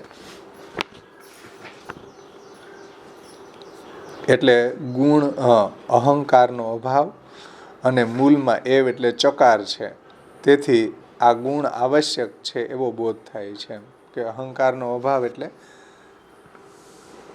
આ મૂળમાં એવ શબ્દ છે, તેથી આ ગુણ આવશ્યક છે, એટલે અહંકાર આવશ્યક છે દાસોહમનો. એમ એવો અહીંયા બોધ થાય છે. જન્મ મરણ વગેરેમાં જન્મ મરણ વગેરેમાં દુઃખ અને દોષનો વિચાર. કારણ કે જન્મ રહિત બ્રહ્મના અંશનો યોનિ અને મલ સાથે સંબંધ થવો તે જન્મ છે. એમ જન્મરહિત બ્રહ્મનો અંશ છે જીવ, એ જીવનો યોનિ અને મલ સાથે, કારણ કે ગર્ભમાં હોય ત્યારે આ રીતના એને મલનો સંબંધ હોય છે. તૃતીય સ્કંદમાં આનું વિસ્તારથી વર્ણન આવે કે જીવ છે ગર્ભમાં આવે ત્યારે એ કેવી અવસ્થામાં હોય, ત્યાં એને કેવી પીડા થાય, ત્યાં એને કેવા જીવજંતુઓ કરડે, ત્યાં એ કેવી કેવી પ્રાર્થનાઓ કરે. તો એ કાલથી થતા દુઃખોનું વર્ણન આવે તૃતીય સ્કંદમાં. તો યોનિ અને મલ સાથે સંબંધ થવો તે જન્મ, અને તેને ભગવાનનું વિસ્મરણ થાય તે મરણ છે. ભગવાનનું વિસ્મરણ થવું એનું નામ જ મરણ. મરણનો અર્થ શું લીધો અહીંયા? ભગવાનનું વિસ્મરણ થવું એનું નામ મરણ. જરા એટલે વૃદ્ધાવસ્થાથી શક્તિ ક્ષીણ થાય છે, એનું નામ જરા. જરા એટલે શક્તિ બધી ક્ષીણ થઈ જાય. જો હા, એને જરા કહેવાય. શક્તિ ક્ષીણ થઈ જાય ને પછી હાલી ન શકે. આપણે એમ કંઈક વોકિંગ કરવા જાવ, ચલાય તો જાય ને. પછી વ્યાધિમાં ક્લેશ થાય છે, અને વ્યાધિમાં ક્લેશ થાય છે તેથી તેઓમાં દુઃખ અને દોષનો વિચાર થવો તે. એટલે આ બધામાં દુઃખ અને દોષનો વિચાર એમ. ત્યાર પછી પતિ પત્ની ગૃહ વગેરેમાં આસક્તિનો અભાવ તથા તેમના સુખ દુઃખથી પોતે સુખ દુઃખ માની લઈને તન્મય ન થવું એ તેઓના સંગનો અભાવ. પતિ પત્નીના સુખ દુઃખને આપણે આપણું સુખ દુઃખ માની લઈએ, અને એ ન દુઃખી હોય એના કરતાં તો પાછા 2 ગણા આપણે દુઃખી થઈ જાય. સમજાણું? પતિ પત્ની પુત્ર વગેરેના સુખ દુઃખમાં આપણે 2 ગણા સુખી દુઃખી થઈ જાય તો સંગનો અભાવ ન થયો કહેવાય. પછી ઈષ્ટ અથવા તો અનિષ્ટ પદાર્થની પ્રાપ્તિ થાય તો પણ ભગવદ ઈચ્છાથી પ્રાપ્ત થઈ તે ઉત્તમ જ છે એવું જાણી અને ચિત્તને સમાન રાખવું. ચિત્તની સમતા, એને ચિત્ત બંનેમાં સમાન રાખવું એમ. અને સર્વગુણોના હૃદયરૂપ ઉત્તમ ગુણ મારામાં અવ્યભિચારિણી અનન્ય ભક્તિ. અને સર્વગુણોના હૃદયરૂપ એટલે બધા ગુણોમાં શ્રેષ્ઠ ગુણ કયો? અહીંયા જે આ વર્ણવ્યા ગુણ એમાં શ્રેષ્ઠ ગુણ ભગવાનમાં ભક્તિ.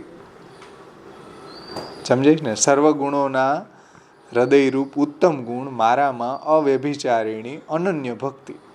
અવ્યભિચારિણી એટલે અનન્ય ભક્તિ. પછી ભગવત સેવામાં પ્રતિબંધ ન હોય એવા વિભક્ત એકાંત પ્રદેશમાં રહેવું. એટલે જ્યાં ભગવાન ભક્તિ આપણે સારી રીતે કરી શકીએ, જ્યાં ભક્તિના વિરોધી ન રહેતા હોય એવા દેશમાં રહેવું. લોકની સભામાં અર્થાત લૌકિક સભાઓમાં પ્રીતિનો અભાવ. એટલે લૌકિક લોકો જ્યાં સભા ભરીને બેઠા હોય ત્યાં પ્રીતિનો અભાવ. ત્યાં ઓટલે નહીં જવું બેસવાનું. જ્યાં બધી અલક મલકની ભેગી થયું હોય ત્યાં પ્રીતિનો અભાવ. પછી નિત્ય અધ્યાત્મ જ્ઞાન એટલે આત્માના સ્વરૂપનું નિત્ય જ્ઞાન. તત્વજ્ઞાન એટલે ભગવાન અથવા મોક્ષ, તેનું દર્શન અથવા તો વિચાર કરવો. અને આ ગુણોને જ્ઞાન કહેવાય છે. અને આ જ્ઞાન છે એટલે આ ગુણો વિદ્યાના કાર્ય છે. જુઓ અહીં જે વાત કરી ને પુરુષોત્તમજીએ, કે આ ગુણો જે છે એ વિદ્યાના કાર્ય છે. ગીતાજીના 13મા અધ્યાયમાં કહેલા અમાનિત્વમ, અદંભિત્વમ વગેરે 20 ગુણો આ પંચપર્વા વિદ્યાની અંતર્નિહિત છે. એટલે આ પંચપર્વા વિદ્યાની અંતર્ગત સમજી લેવા. સમજાણું? અત્યારે મેં જો બોલ્યા ને ભગવદ્ ગીતાના 13મા અધ્યાયમાં શ્લોક નંબર લખી લ્યો 7-10, 7-11.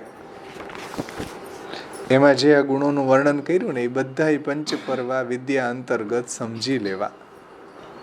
હજી વિદ્યાનું સ્વરૂપ જો સમજમાં ન આવતું હોય ડિટેલ્સથી તો આ 13મા અધ્યાયના આ શ્લોકો છે 6-10 એ વાંચી લેવા એટલે પંચપર્વા વિદ્યાનું સ્વરૂપ સમજાઈ જશે. પંચપર્વા વિદ્યા અંતર્ગત જ એને સમજવા, અંતર્નિહિત છે.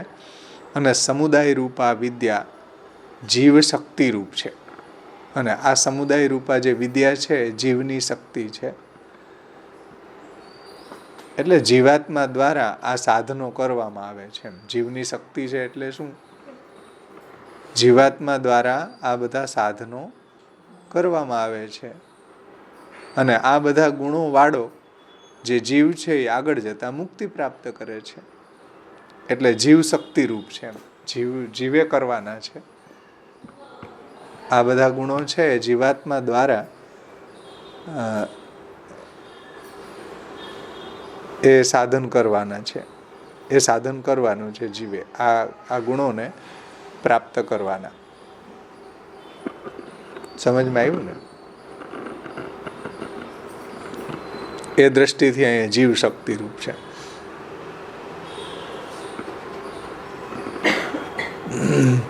અને સમુદાય રૂપા વિદ્યા જીવ શક્તિ રૂપ છે. આ ઠેકાણે વિદ્યાના પર્વરૂપ ભક્તિ જે કહી છે એ પ્રવાહી ભક્તિ કહેવાય છે. પંચપર્વા વિદ્યામાં જે ભક્તિ બતાવી છે એ પ્રાવાહિકી ભક્તિ છે. પ્રાવાહિકી ભક્તિ એટલે શું? મોક્ષ મેળવવાની કામનાથી કરવામાં આવેલી, કોઈ કામનાથી કરવામાં આવેલી છે એટલે પ્રાવાહિકી છે. આ પુષ્ટિ ભક્તિ નથી, આ સ્વતંત્ર ભક્તિ નથી. પંચપર્વા વિદ્યામાં જે ભક્તિ આવે, વૈરાગ્ય, સાંખ્ય, યોગો, તપો, ભક્તિ, તો એ ભક્તિ છે કયા પ્રકારની? કામનાથી કરેલી, મોક્ષની કામનાથી કરેલી છે ને. કારણ કે આ મોક્ષ મેળવવા માટે જ્ઞાન માર્ગમાં મુક્તિનો પ્રકાર બતાવે છે ને. જ્ઞાન માર્ગની અંદર મુક્તિનો પ્રકાર બતાવે છે. મુક્તિ ક્યારે થાય જ્ઞાન માર્ગમાં? તસ્ય જ્ઞાનાધિ કૈવલ્યમ અવિદ્યા નિવૃત્તિતઃ. પરમેશ્વરનું જ્યારે જ્ઞાન થાય ને અવિદ્યાની નિવૃત્તિ થાય ત્યારે મોક્ષ થાય. તો ત્યાં પણ આ પંચપર્વા વિદ્યાની પ્રાપ્તિ બતાવી છે. અને પંચપર્વા વિદ્યામાં પાંચમો જે પર્વ છે એ ભક્તિ છે, જે ચારેય પર્વનું પરિણામ છે. અને એ ભક્તિ કયા પ્રકારની છે? પુષ્ટિ ભક્તિ નથી, સ્વતંત્ર ભક્તિ, સ્વતંત્ર પુરુષાર્થરૂપ ભક્તિ નથી. એ તો પ્રાવાહિકી ભક્તિ, જે ગુસાઈજીએ ભક્તિ અંશમાં કહ્યું ને, પ્રાવાહિકી ઉચ્ચતે, એટલે મોક્ષ મેળવવાની કામનાથી એમ કરાયેલી. પણ એ સ્વતંત્ર નિરૂપધી પ્રેમરૂપ ભક્તિ નથી. આ જે પંચપર્વાની અંદર ભક્તિ બતાવી એ સ્વતંત્ર નિરૂપધિક પ્રેમરૂપ જે પુષ્ટિ ભક્તિ આપણે કહીએ એ નથી. કેમ કે ભક્તિ છે એ મોક્ષની ઈચ્છાથી કરેલી છે એટલે એને પ્રાવાહિકી ભક્તિ કીધી. મોક્ષની કામનાથી કરેલી હોવાથી એને પ્રાવાહિકી ભક્તિ કહી છે. આ પ્રમાણે ઉપાસ્ય નિરૂપણ કરનારી શ્રુતિઓ ભજની સ્વરૂપને જણાવનાર છે. એટલે જેટલી બી ઉપાસ્ય નિરૂપણ કરનારી જે શ્રુતિઓ છે એ પણ અંતતઃ ગત્વા ભજની સ્વરૂપને જણાવનાર છે. અને વૈરાગ્ય નિરૂપણ કરનારી શ્રુતિઓ ભક્તિના સાધનરૂપ છે. ઉપાસના નિરૂપણ કરનારી શ્રુતિઓ ભજની સ્વરૂપને જણાવે છે. અને વૈરાગ્યનું નિરૂપણ કરનારી શ્રુતિઓ છે ભક્તિમાં પંચપર્વા વિદ્યા પ્રાપ્ત કરવામાં સાધન છે. વૈરાગ્ય નિરૂપણ કરનારી શ્રુતિઓ ભક્તિના સાધનરૂપ છે. કારણ કે ભક્તિ છે પંચપર્વા વિદ્યામાં એ પાંચેય પ્રકારના જે વિદ્યાને પ્રાપ્ત પછી એનું પરિણામરૂપ ભક્તિ છે.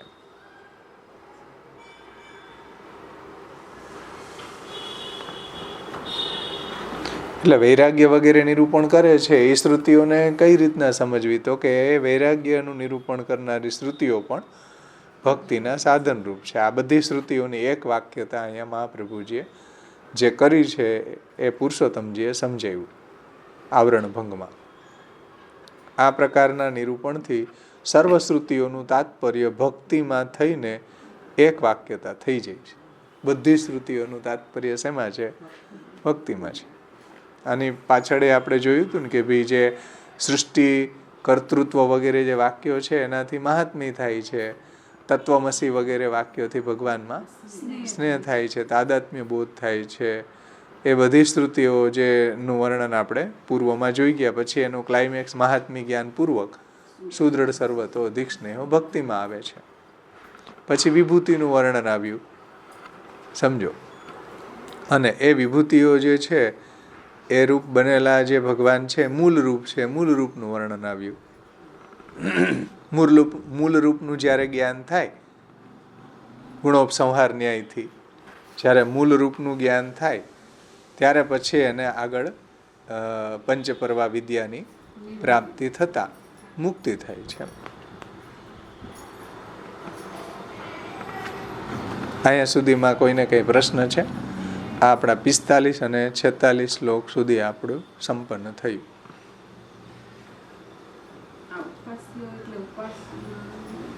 એટલે એમાં અન્ય દેવી દેવતાની ઉપાસનાનું વર્ણન આવે. ઉપાસ્ય નિરૂપણ કરનારી શ્રુતિઓ એ પણ ભજની સ્વરૂપને જણાવવાને માટે જ છે. હા,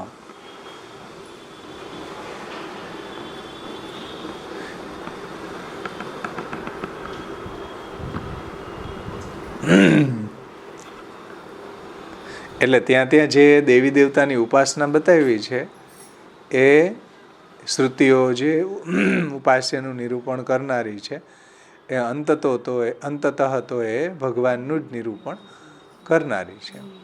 જે આપણે આની પાછળના શ્લોકમાં જોયું ને કે વિભૂતિઓનું વર્ણનમાં એ બધા રૂપે અંતે તો ભગવાન જ બન્યા છે. આ બધા વિભૂતિઓમાં ભગવાન જ દોષ રહિત ભગવાન છે. એટલે ઉપાસ્યાદિ નિરૂપક જે શ્રુતિઓ છે એનું તાત્પર્ય પણ ભક્તિમાં છે. એટલે બધી શ્રુતિઓની એક વાક્યતા અહીંયા શ્રી મહાપ્રભુજીએ અને શ્રી પુરુષોત્તમજીએ ખૂબ સુંદર રીતે આપણને સમજાવ્યું.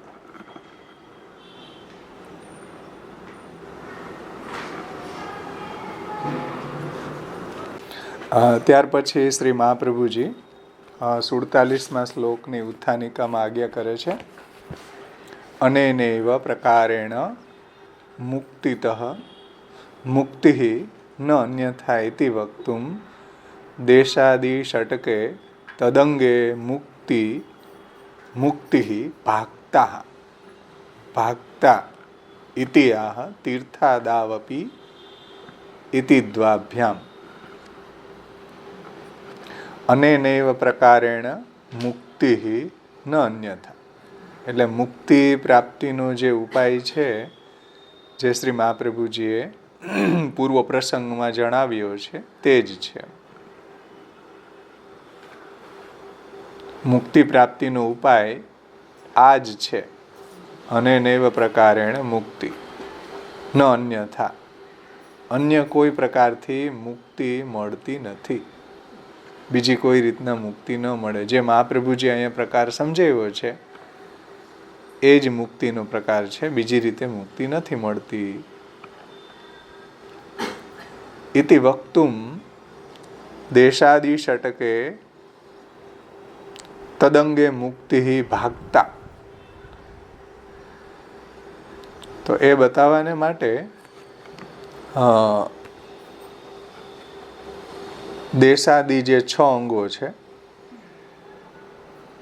એ 6 અંગોથી પ્રાપ્ત થવાવાળી મુક્તિ જે છે એ ભાગતા છે, એટલે ગૌણ છે.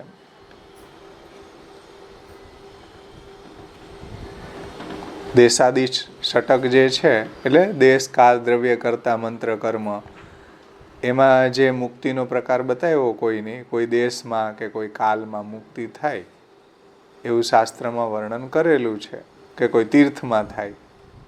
તો એ જે મુક્તિનો પ્રકાર બતાવ્યો છે અને એ મુક્તિ ભાગતા ઇતિ આહ તીર્થાદાવપી ઇતિ દ્વાભ્યામ. એટલે દેશાદિ જે 6 અંગો છે એ 6 અંગોમાં થવાવાળી મુક્તિ છે એ ગૌણ મુક્તિ છે. તેનું વર્ણન હવે 2 શ્લોકથી કરે છે. તીર્થાદાવપી આ મુક્તિ કદાચિત કસ્યચિત ભવેત કૃષ્ણ કૃપા યુક્તસ્ય નાન્યસ્યેતિ વિનિશ્ચયઃ. 47મો શ્લોક જુઓ. તીર્થાદૌ અપી એટલે તીર્થ વગેરેમાં પણ યા જે મુક્તિ એટલે મુક્તિ કદાચિત કોઈ સમયે જ કસ્યચિત કોઈકની જ ભવેત એટલે થાય છે. કોની થાય છે? કૃષ્ણ કૃપાયુક્તસ્ય શ્રી કૃષ્ણની કૃપા પાત્ર જે હોય, શ્રી કૃષ્ણના કૃપા પાત્રની જ મુક્તિ થાય છે. ન અન્યસ્ય બીજાની મુક્તિ થતી નથી. વિનિશ્ચય તે નિશ્ચય જાણવું. સમજાણ? શ્લોકનો અન્વય કે કોઈક વખતે કોઈકને જ તીર્થમાં રહેવાથી મુક્તિ મળે છે, પરંતુ એ મુક્તિ કોઈ તીર્થને કારણે નથી મળતી, પરંતુ શ્રી કૃષ્ણની કૃપા હોય એને જ મળે છે, બીજાને નહીં. એમાં અહીંયા વિનિશ્ચય છે, એમાં અહીંયા નિશ્ચય કરેલો છે, વિશેષ રીતે નિશ્ચય છે કે તીર્થ વગેરેમાં રહેવાથી પણ કોઈની મુક્તિ આપણને જોવા મળે છે, કોઈની અમુક કાલમાં મુક્તિ થાય છે, તો એ ભગવાનની કૃપાથી જ કોઈ કાલનું મહાત્મ્ય વધારવા માટે કે કોઈ તીર્થનું મહાત્મ્ય વધારવા માટે ત્યાં એની મુક્તિ થાય છે. પરંતુ તીર્થ એમાં મુક્તિ આપવામાં એ તીર્થ જે છે એના કારણે મુક્તિ નથી થતી, પરંતુ કૃષ્ણ કૃપાયુક્તસ્ય ન નાન્યથા નાન્યસ્યેતિ વિનિશ્ચય. કૃષ્ણની કૃપા હોય તો જ મુક્તિ થાય છે. કૃષ્ણની જો કૃપા ન હોય તો મુક્તિ થતી નથી તીર્થમાં. સમજમાં આવ્યું ને? હવે આપણે બ્રજભાષા ટીકા જોઈએ. પહેલા પ્રથમ મુક્તિનો પ્રકાર આ જ છે, એટલે મતલબ આગળ કીધું ને કે 5 પ્રકારની અવિદ્યા દૂર થાય અને જે સત્વ સૃષ્ટિ પ્રવૃત્તાનામ દૈવાનામ મુક્તિ યોગ્યતા, જે સાત્વિક સૃષ્ટિની અંદર જે છે એની જ મુક્તિ થાય છે ને એ જ્યારે આવા સાધનો કરે ત્યારે એની મુક્તિ થાય છે. અને એ પણ ભગવાને જેનું વરણ કર્યું હોય મુક્તિ માટે એની જ થાય છે, બધાની નહીં. હે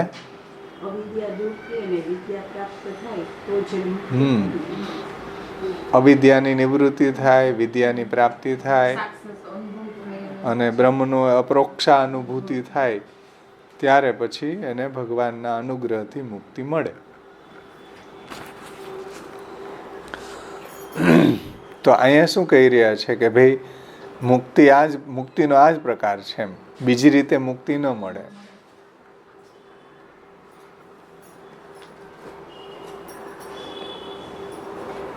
એટલે ભગવાન જ મુક્તિ આપે છે એમ. કોઈને પણ મુક્તિ પ્રાપ્ત થાય તો એમાં સાધન છે એ કારણ નથી, ભગવાનની પ્રસન્નતા જ એમાં કારણ છે. સમજમાં આવ્યું ને? તો શ્રી મહાપ્રભુજી 47મા શ્લોકમાં એ વાત સમજાવે છે કે તીર્થાદાવપી ય મુક્તિ કદાચિત કસ્યચિત ભવેત કૃષ્ણ પ્રસાદયુક્તસ્ય નાન્યસ્યતિ વિનિશ્ચય. બ્રજભાષા ટીકા એમાં ઉત્થાનિકામાં मुक्ति की प्राप्ति को प्रकार ये ही है, अन्य कोई प्रकार से मुक्ति नहीं मिले है. ये बताए के अर्थ भगवान के देशादिक 6 अंगन में होवे वाली मुक्ति गौण है, भागता है. ये आगे के श्लोक शू कहे हैं? એટલે દેશ કાલ દ્રવ્ય કરતા મંત્ર કર્મ જે છે એના કારણે જે કોઈની મુક્તિ થાય તો એમાં જે દેશ કાલ જે નિમિત્ત બને એ મુખ્ય નથી. હે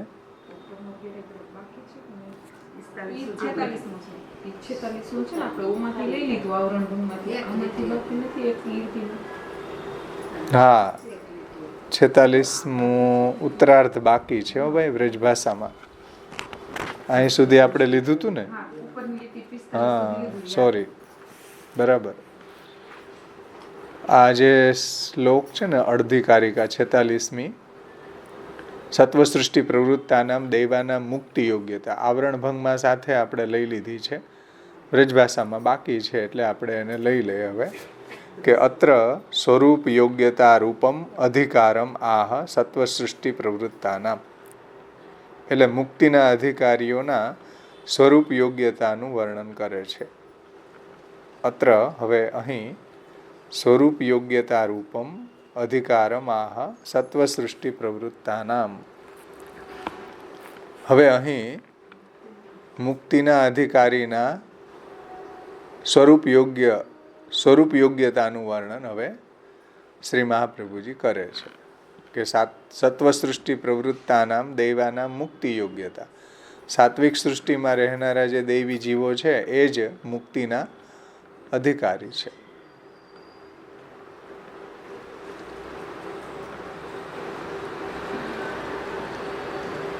ये सात्विका देव्याम संपदि जाता विद्युपजीविन सर्वदा तेषां मुक्ति भविष्यति न अन्येषामिति ज्ञापितम. એટલે જે સાત્વિક છે દૈવી સૃષ્ટિમાં દૈવી સંપત્તિમાં જન્મેલા છે અને વિદ્યુપજીવીને એટલે વિધિનું પાલન સાધનમાં નિષ્ઠા છે એમ અને સર્વદા એની મુક્તિ થાય છે ન અન્ય સામ બીજાની નહીં એવું અહીંયા જ્ઞાપન શ્રી મહાપ્રભુજી કરે છે. વ્રજભાષામાં ટીકામાં આપણે જોઈએ તો યા पंचपर्वा विद्या करी के भगवान को साक्षात अनुभव हुए हैं तब भगवान में प्रवेश हुए हैं. पंचपर्वा अविद्यासो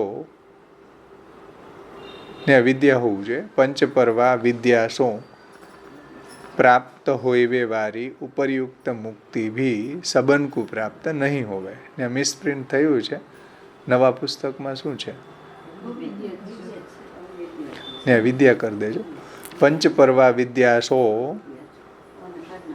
प्राप्त होइवे वारी उपरयुक्त मुक्ति भी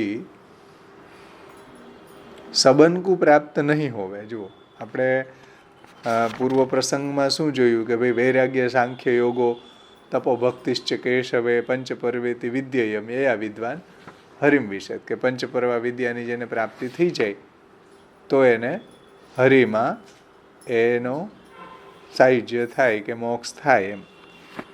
તો શ્રી મહાપ્રભુજી એમ કહે છે કે ભાઈ જે વિદ્યાની પ્રાપ્તિ થઈ હોય એમાં બધાની મુક્તિ ન થાય સમજો, પણ જે સત્વસૃષ્ટિમાં જન્મેલા હોય જે દૈવી જીવો એને જ મુક્તિ થાય. જેનું ભગવાને વરણ કરેલું હોય એને જ મુક્તિ થાય, બધાને નહીં. સમજમાં આવે છે વાત? पंचपर्वा विद्यासो प्राप्त होइवे वारी उपयुक्त मुक्ति भी सबन को प्राप्त नहीं होवे हैं. ये जताइवे को तथा अधिकारी को निरूपण करवे वारी श्रुति की एक वाक्यता को प्रतिपादन करवे के अर्थ विद्या अथवा यासु प्राप्त मुक्ति के अधिकारी સ્વરૂપ યોગ્યતા કો નિરૂપણ કરે હે. એટલે સ્વરૂપ યોગ્યતા કોની એમ મુક્તિ પ્રાપ્ત યોગ્ય. મુક્તિ પ્રાપ્ત કરવા માટે સ્વરૂપ યોગ્યતા કોણ છે? મુક્તિ પ્રાપ્ત કરવા યોગ્ય કોણ છે?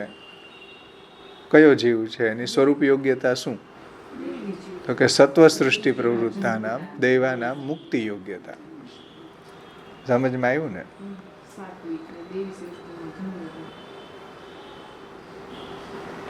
अधिकारी को निरूपण करवे वारी श्रुतिन की एक वाक्यता को प्रतिपादन करवे के अर्थ विद्या अथवा वासु प्राप्य मुक्ति के अधिकारी स्वरूप योग्यता को निरूपण करे.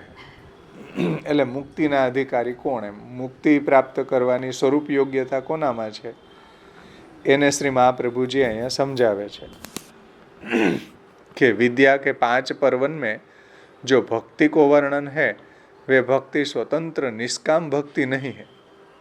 એટલે વિદ્યાના 5 પર્વોમાં જે વૈરાગ્ય સાંખ્ય યોગ તપ અને ભક્તિ એમાં જે ભક્તિ છે સ્વતંત્ર પુષ્ટિ ભક્તિ નથી ભાઈ. સમજાણું ને? ये भक्ति स्वतंत्र निष्काम भक्ति नहीं है किंतु सकाम प्रावाहिकी भक्ति है. એટલે મોક્ષની કામનાથી કરવામાં આવેલી એ भक्ति है, प्रावाहिकी भक्ति है। मोक्ष की कामना के अर्थ करी जावे है, फलरूप मानीने नहीं करवामां आवती। समझ में आव्युं ने?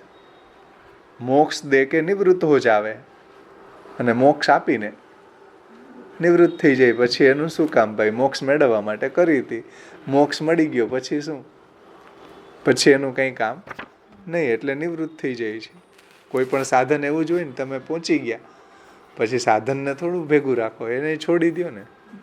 એવી રીતના જે મોક્ષ મેળવવાના સાધન રૂપે કરવામાં આવે તો મોક્ષ મળી ગયા પછી સાધનને છોડી દે.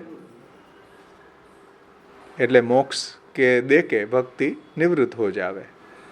विद्या के 5 पर्वन में भक्ति को वर्णन कियो है, ताको ये प्रयोजन है कि भक्ति सहित ज्ञान ही निर्गुण मोक्ष को देवे है। भक्ति सहित नु जो ज्ञान होय तो मुक्ति थाय, भक्ति सहित नो योग होय, भक्ति सहित नु सांख्य होय तो मुक्ति थाय। समझाणु ने? भक्ति सहित वैराग्य, कारण के वैराग्य तो कोई मार्ग नहीं, એટલે શ્રી મહાપ્રભુજી કહે છે કે ભાઈ ભક્તિ સહિત જ્ઞાન ही निर्गुण मोक्ष को देवे हैं। भक्ति विरहित जो ज्ञान होय तो मुक्ति पण न थाय। भक्ति सहितનું जो ज्ञान होय तो निर्गुण मोक्षને प्राप्त करावे છે, એટલે કે અક્ષર બ્રહ્મા મોક્ષ થાય। केवल ज्ञान सो तो सगुण मुक्ति ही होवे है। केवल ज्ञान थी तो सगुण मुक्ति थाय छे। या रीति सो साधन करवे सो भी, ए आपणे जोयुं हतुं ने पाछळना श्लोकोमां के निर्गुणा मुक्ति अस्माद्धि सगुणा सान्य सेवया ज्ञाने अपि सात्विकी मुक्ति जीवन मुक्ति रथा पीवा। निर्गुणा मुक्ति अस्माद्धि पुष्टि जे अस्माद्धि એટલે મહાપ્રભુજીએ જે ભક્તિનો પ્રકાર બતાવ્યો છે એનાથી નિર્ગુણા મુક્તિ પ્રાપ્ત થાય છે, ને સગુણા સાન્ય સેવયા અન્યની સેવાથી સગુણ મુક્તિ થાય છે। જ્ઞાને આપી સાત્વિકી મુક્તિ, જ્ઞાનથી પણ સાત્વિક મુક્તિ થાય છે। જીવન મુક્તિ અથા પીવા, જીવન મુક્તિ પણ સાત્વિક મુક્તિનો પ્રકાર છે। નિર્ગુણ મુક્તિ નથી, નિર્ગુણ મુક્તિ તો ભગવાનની ભક્તિ કરવાથી થાય છે। સમજાણું ને? निर्गुणा मुक्ति अस्माद्धि जे पुष्टि भक्ति मार्ग छे एमां ज निर्गुण मुक्ति मळे। भगवाननी निष्काम भावथी फलरूप मानीने सेवा करवाथी।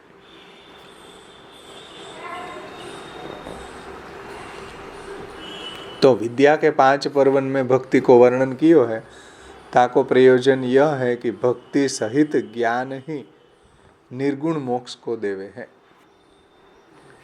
અહીંયા નિર્ગુણ મોક્ષ એટલે કે ભગવત પ્રાપ્તિ, કારણ કે અક્ષર બ્રહ્મમાં મોક્ષ થવો એ સગુણ છે ભાઈ। ભક્તિ સહિત જ્ઞાન ही निर्गुण मोक्ष को देवे है। केवल ज्ञान सो सगुण मुक्ति ही होवे है। केवल ज्ञान जे છે એનાથી સગુણ મુક્તિ જ મળે છે। એટલે કોઈ પણ માર્ગ હોય એની અંદર ભક્તિની જરૂર છે। ભક્તિ ન હોય તો ફલ ન મળે। સમજાણું ને?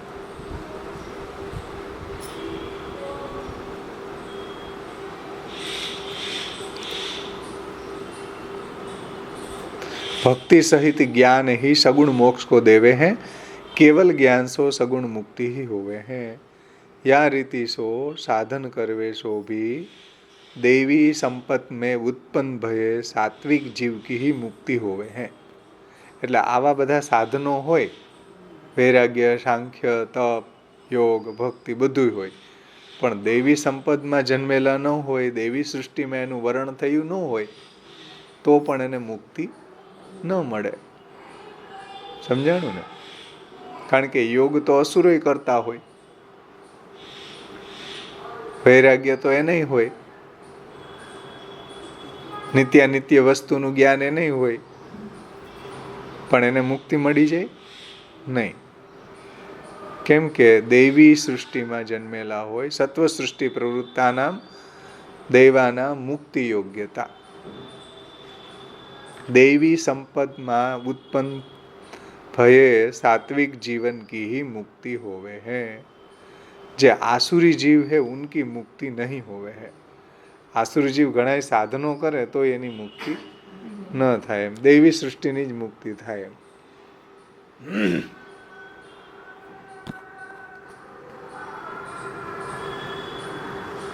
કારણ કે ભગવાને ગીતાજીમાં કહ્યું છે, દૈવી સંપદ વિમોક્ષાય નિબંધાય આસુરી મતા. દૈવી સૃષ્ટિ બંધન, દૈવી સૃષ્ટિ મોક્ષ માટે હોય અને આસુરી સૃષ્ટિ બંધન માટે હોય છે. દૈવી સંપદ વિમોક્ષાય નિબંધાય આસુરી મતા, એવું ભગવાન 16મા અધ્યાયમાં કહે છે, ભગવદ્ ગીતાના 16મા અધ્યાયમાં. तो आसुरी जीव है उनकी मुक्ति नहीं होवे है. जैसे जा जमीन में, एना समझावा માટે એક દ્રષ્ટાંત આપે છે કે જૈસે જા જમીન में बीज नहीं હોય વામે જલ ડારવે સો ભી કચ્છું નહીં હોવે હે.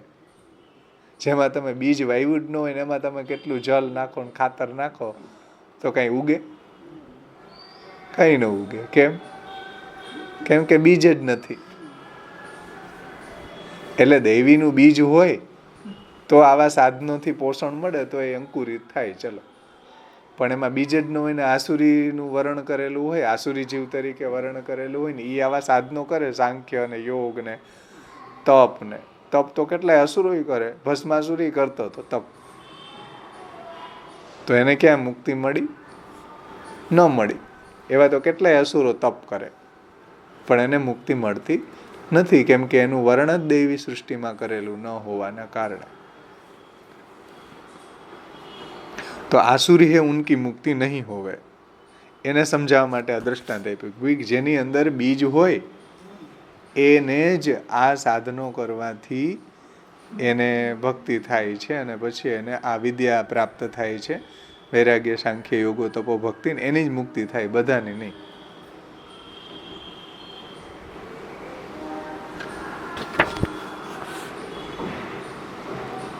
આસુરી જીવો આવા સાધનો કરે તો એની મુક્તિ ન થાય. એટલે મહાપ્રભુજી ભક્તિવર્ધની ગ્રંથમાં બીજ ભાવની વાત લાવે. ભાઈ બીજ ભાવ કેમ? કારણ કે બીજ જેની અંદર રોપેલું હોય ભગવાને એ જ અંકુરિત થાય ને.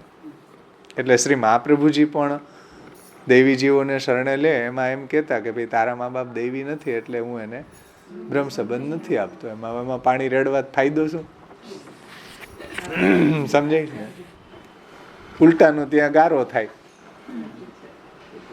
બી ઉગવાને બદલે. સમજાઈશ ને? એટલે મહાપ્રભુજી, જુઓ, મહાપ્રભુજીએ કોઈને દૈવી જીવ બનાવ્યા નથી. દૈવી જીવ જે હતા, ભગવાને જેનું વર્ણન કર્યું હતું એને મહાપ્રભુજીએ ભક્તિનો, શરણાગતિનો, સમર્પણનો, સેવાનો ઉપદેશ આપ્યો. એટલે અહીંયા દ્રષ્ટાંત આપ્યું કે ભાઈ જે જમીનમાં બીજ જ ન હોય એને તમે ગમે એટલું જલ રેડો કે ખાતર નાખો એમાં કઈ અંકુરિત ન થાય. दूसरो दृष्टांत ये है कि जैसे एक दृष्टांत आप्યું कि जमीन में बीज नहीं होवे हैं वामे जल डारवे सो भी कच्छुं नहीं होवे हैं. એટલે જે દૈવી જીવ નથી એને તમે બ્રહ્મ સંબંધ આપ્યા જ કરો ધન લાલસાથી ને શિષ્યષણાના લોભથી, તો કોઈને ભગવત પ્રાપ્તિ થવાની નથી. ઉલટાને આ સંપ્રદાયમાં ઉધમ કરશે નોખા. दूसरो दृष्टांत ये है कि जैसे तेल यंत्र घाणी है, જેને આપણે અત્યારે ઘાણો કહે, મિલ આવે ને તેલ કાઢવાનું, સો તિલનસો ही તેલ નિકાસ શકે. તિલ એટલે તેલ, તેલી જે પદાર્થ હોય, માંડવી છે, પછી તલ છે, એ બધાયનું નીકળે ને, એરંડા છે. तो तिलनसो तिल में सो ही तेल निकास सके है. वालू यानी कि रेती में सो तेल निकासवे की योग्यता नहीं है. रेती मांथी कोई दिवस तेल નીકળે નહીં. કેમ? એમાં એ સ્વરૂપ યોગ્યતા નથી. એવી રીતના જે દૈવી જીવો હોય ને એ આ વૈરાગ્ય સાંખ્ય યોગ તપ ભક્તિ કરે તો એને મુક્તિ મળે. આસુરી જીવ કોઈ આપણી કોઈને જોઈને કરવા લાગી જાય તો એને મુક્તિ મળે તો કે નહીં. કોઈ દિવસ રેતીને પીસવાથી તેલ નીકળે નહીં, એમાં સ્વરૂપ યોગ્યતા જ નથી. એમ સમજાણું ને? એનું વર્ણન જ નથી થયું રેતીનું તેલ કાઢવા માટે.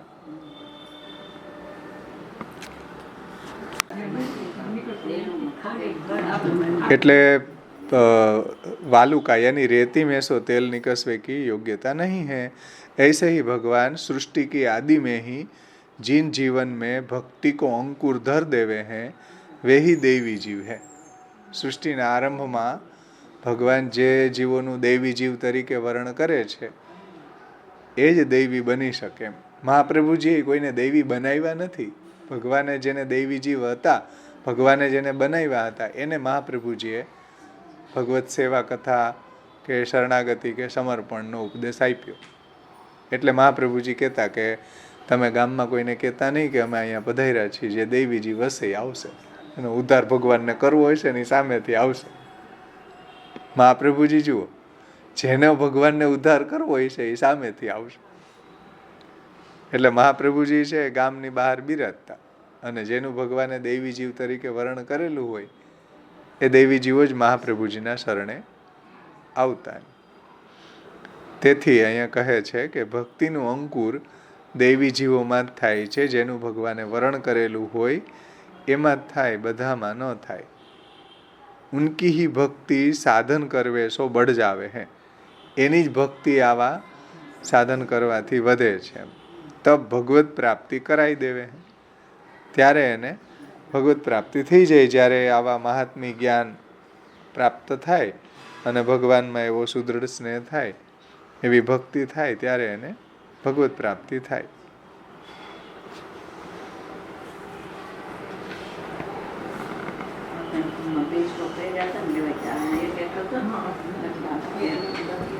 હા, આ રહી ગયું હતું. એટલે મુક્તિ યોગ્ય જીવ છે દૈવી જીવો જ છે. જેનું ભગવાને વર્ણન કરેલું હોય એની જ મુક્તિ થાય છે. બધાની મુક્તિ ન થાય. બધા કદાચ સાધનમાં આપણને પ્રવૃત્ત દેખાતા હોય કોઈ એવા કારણોસર, તો પણ મુક્તિ ન થાય.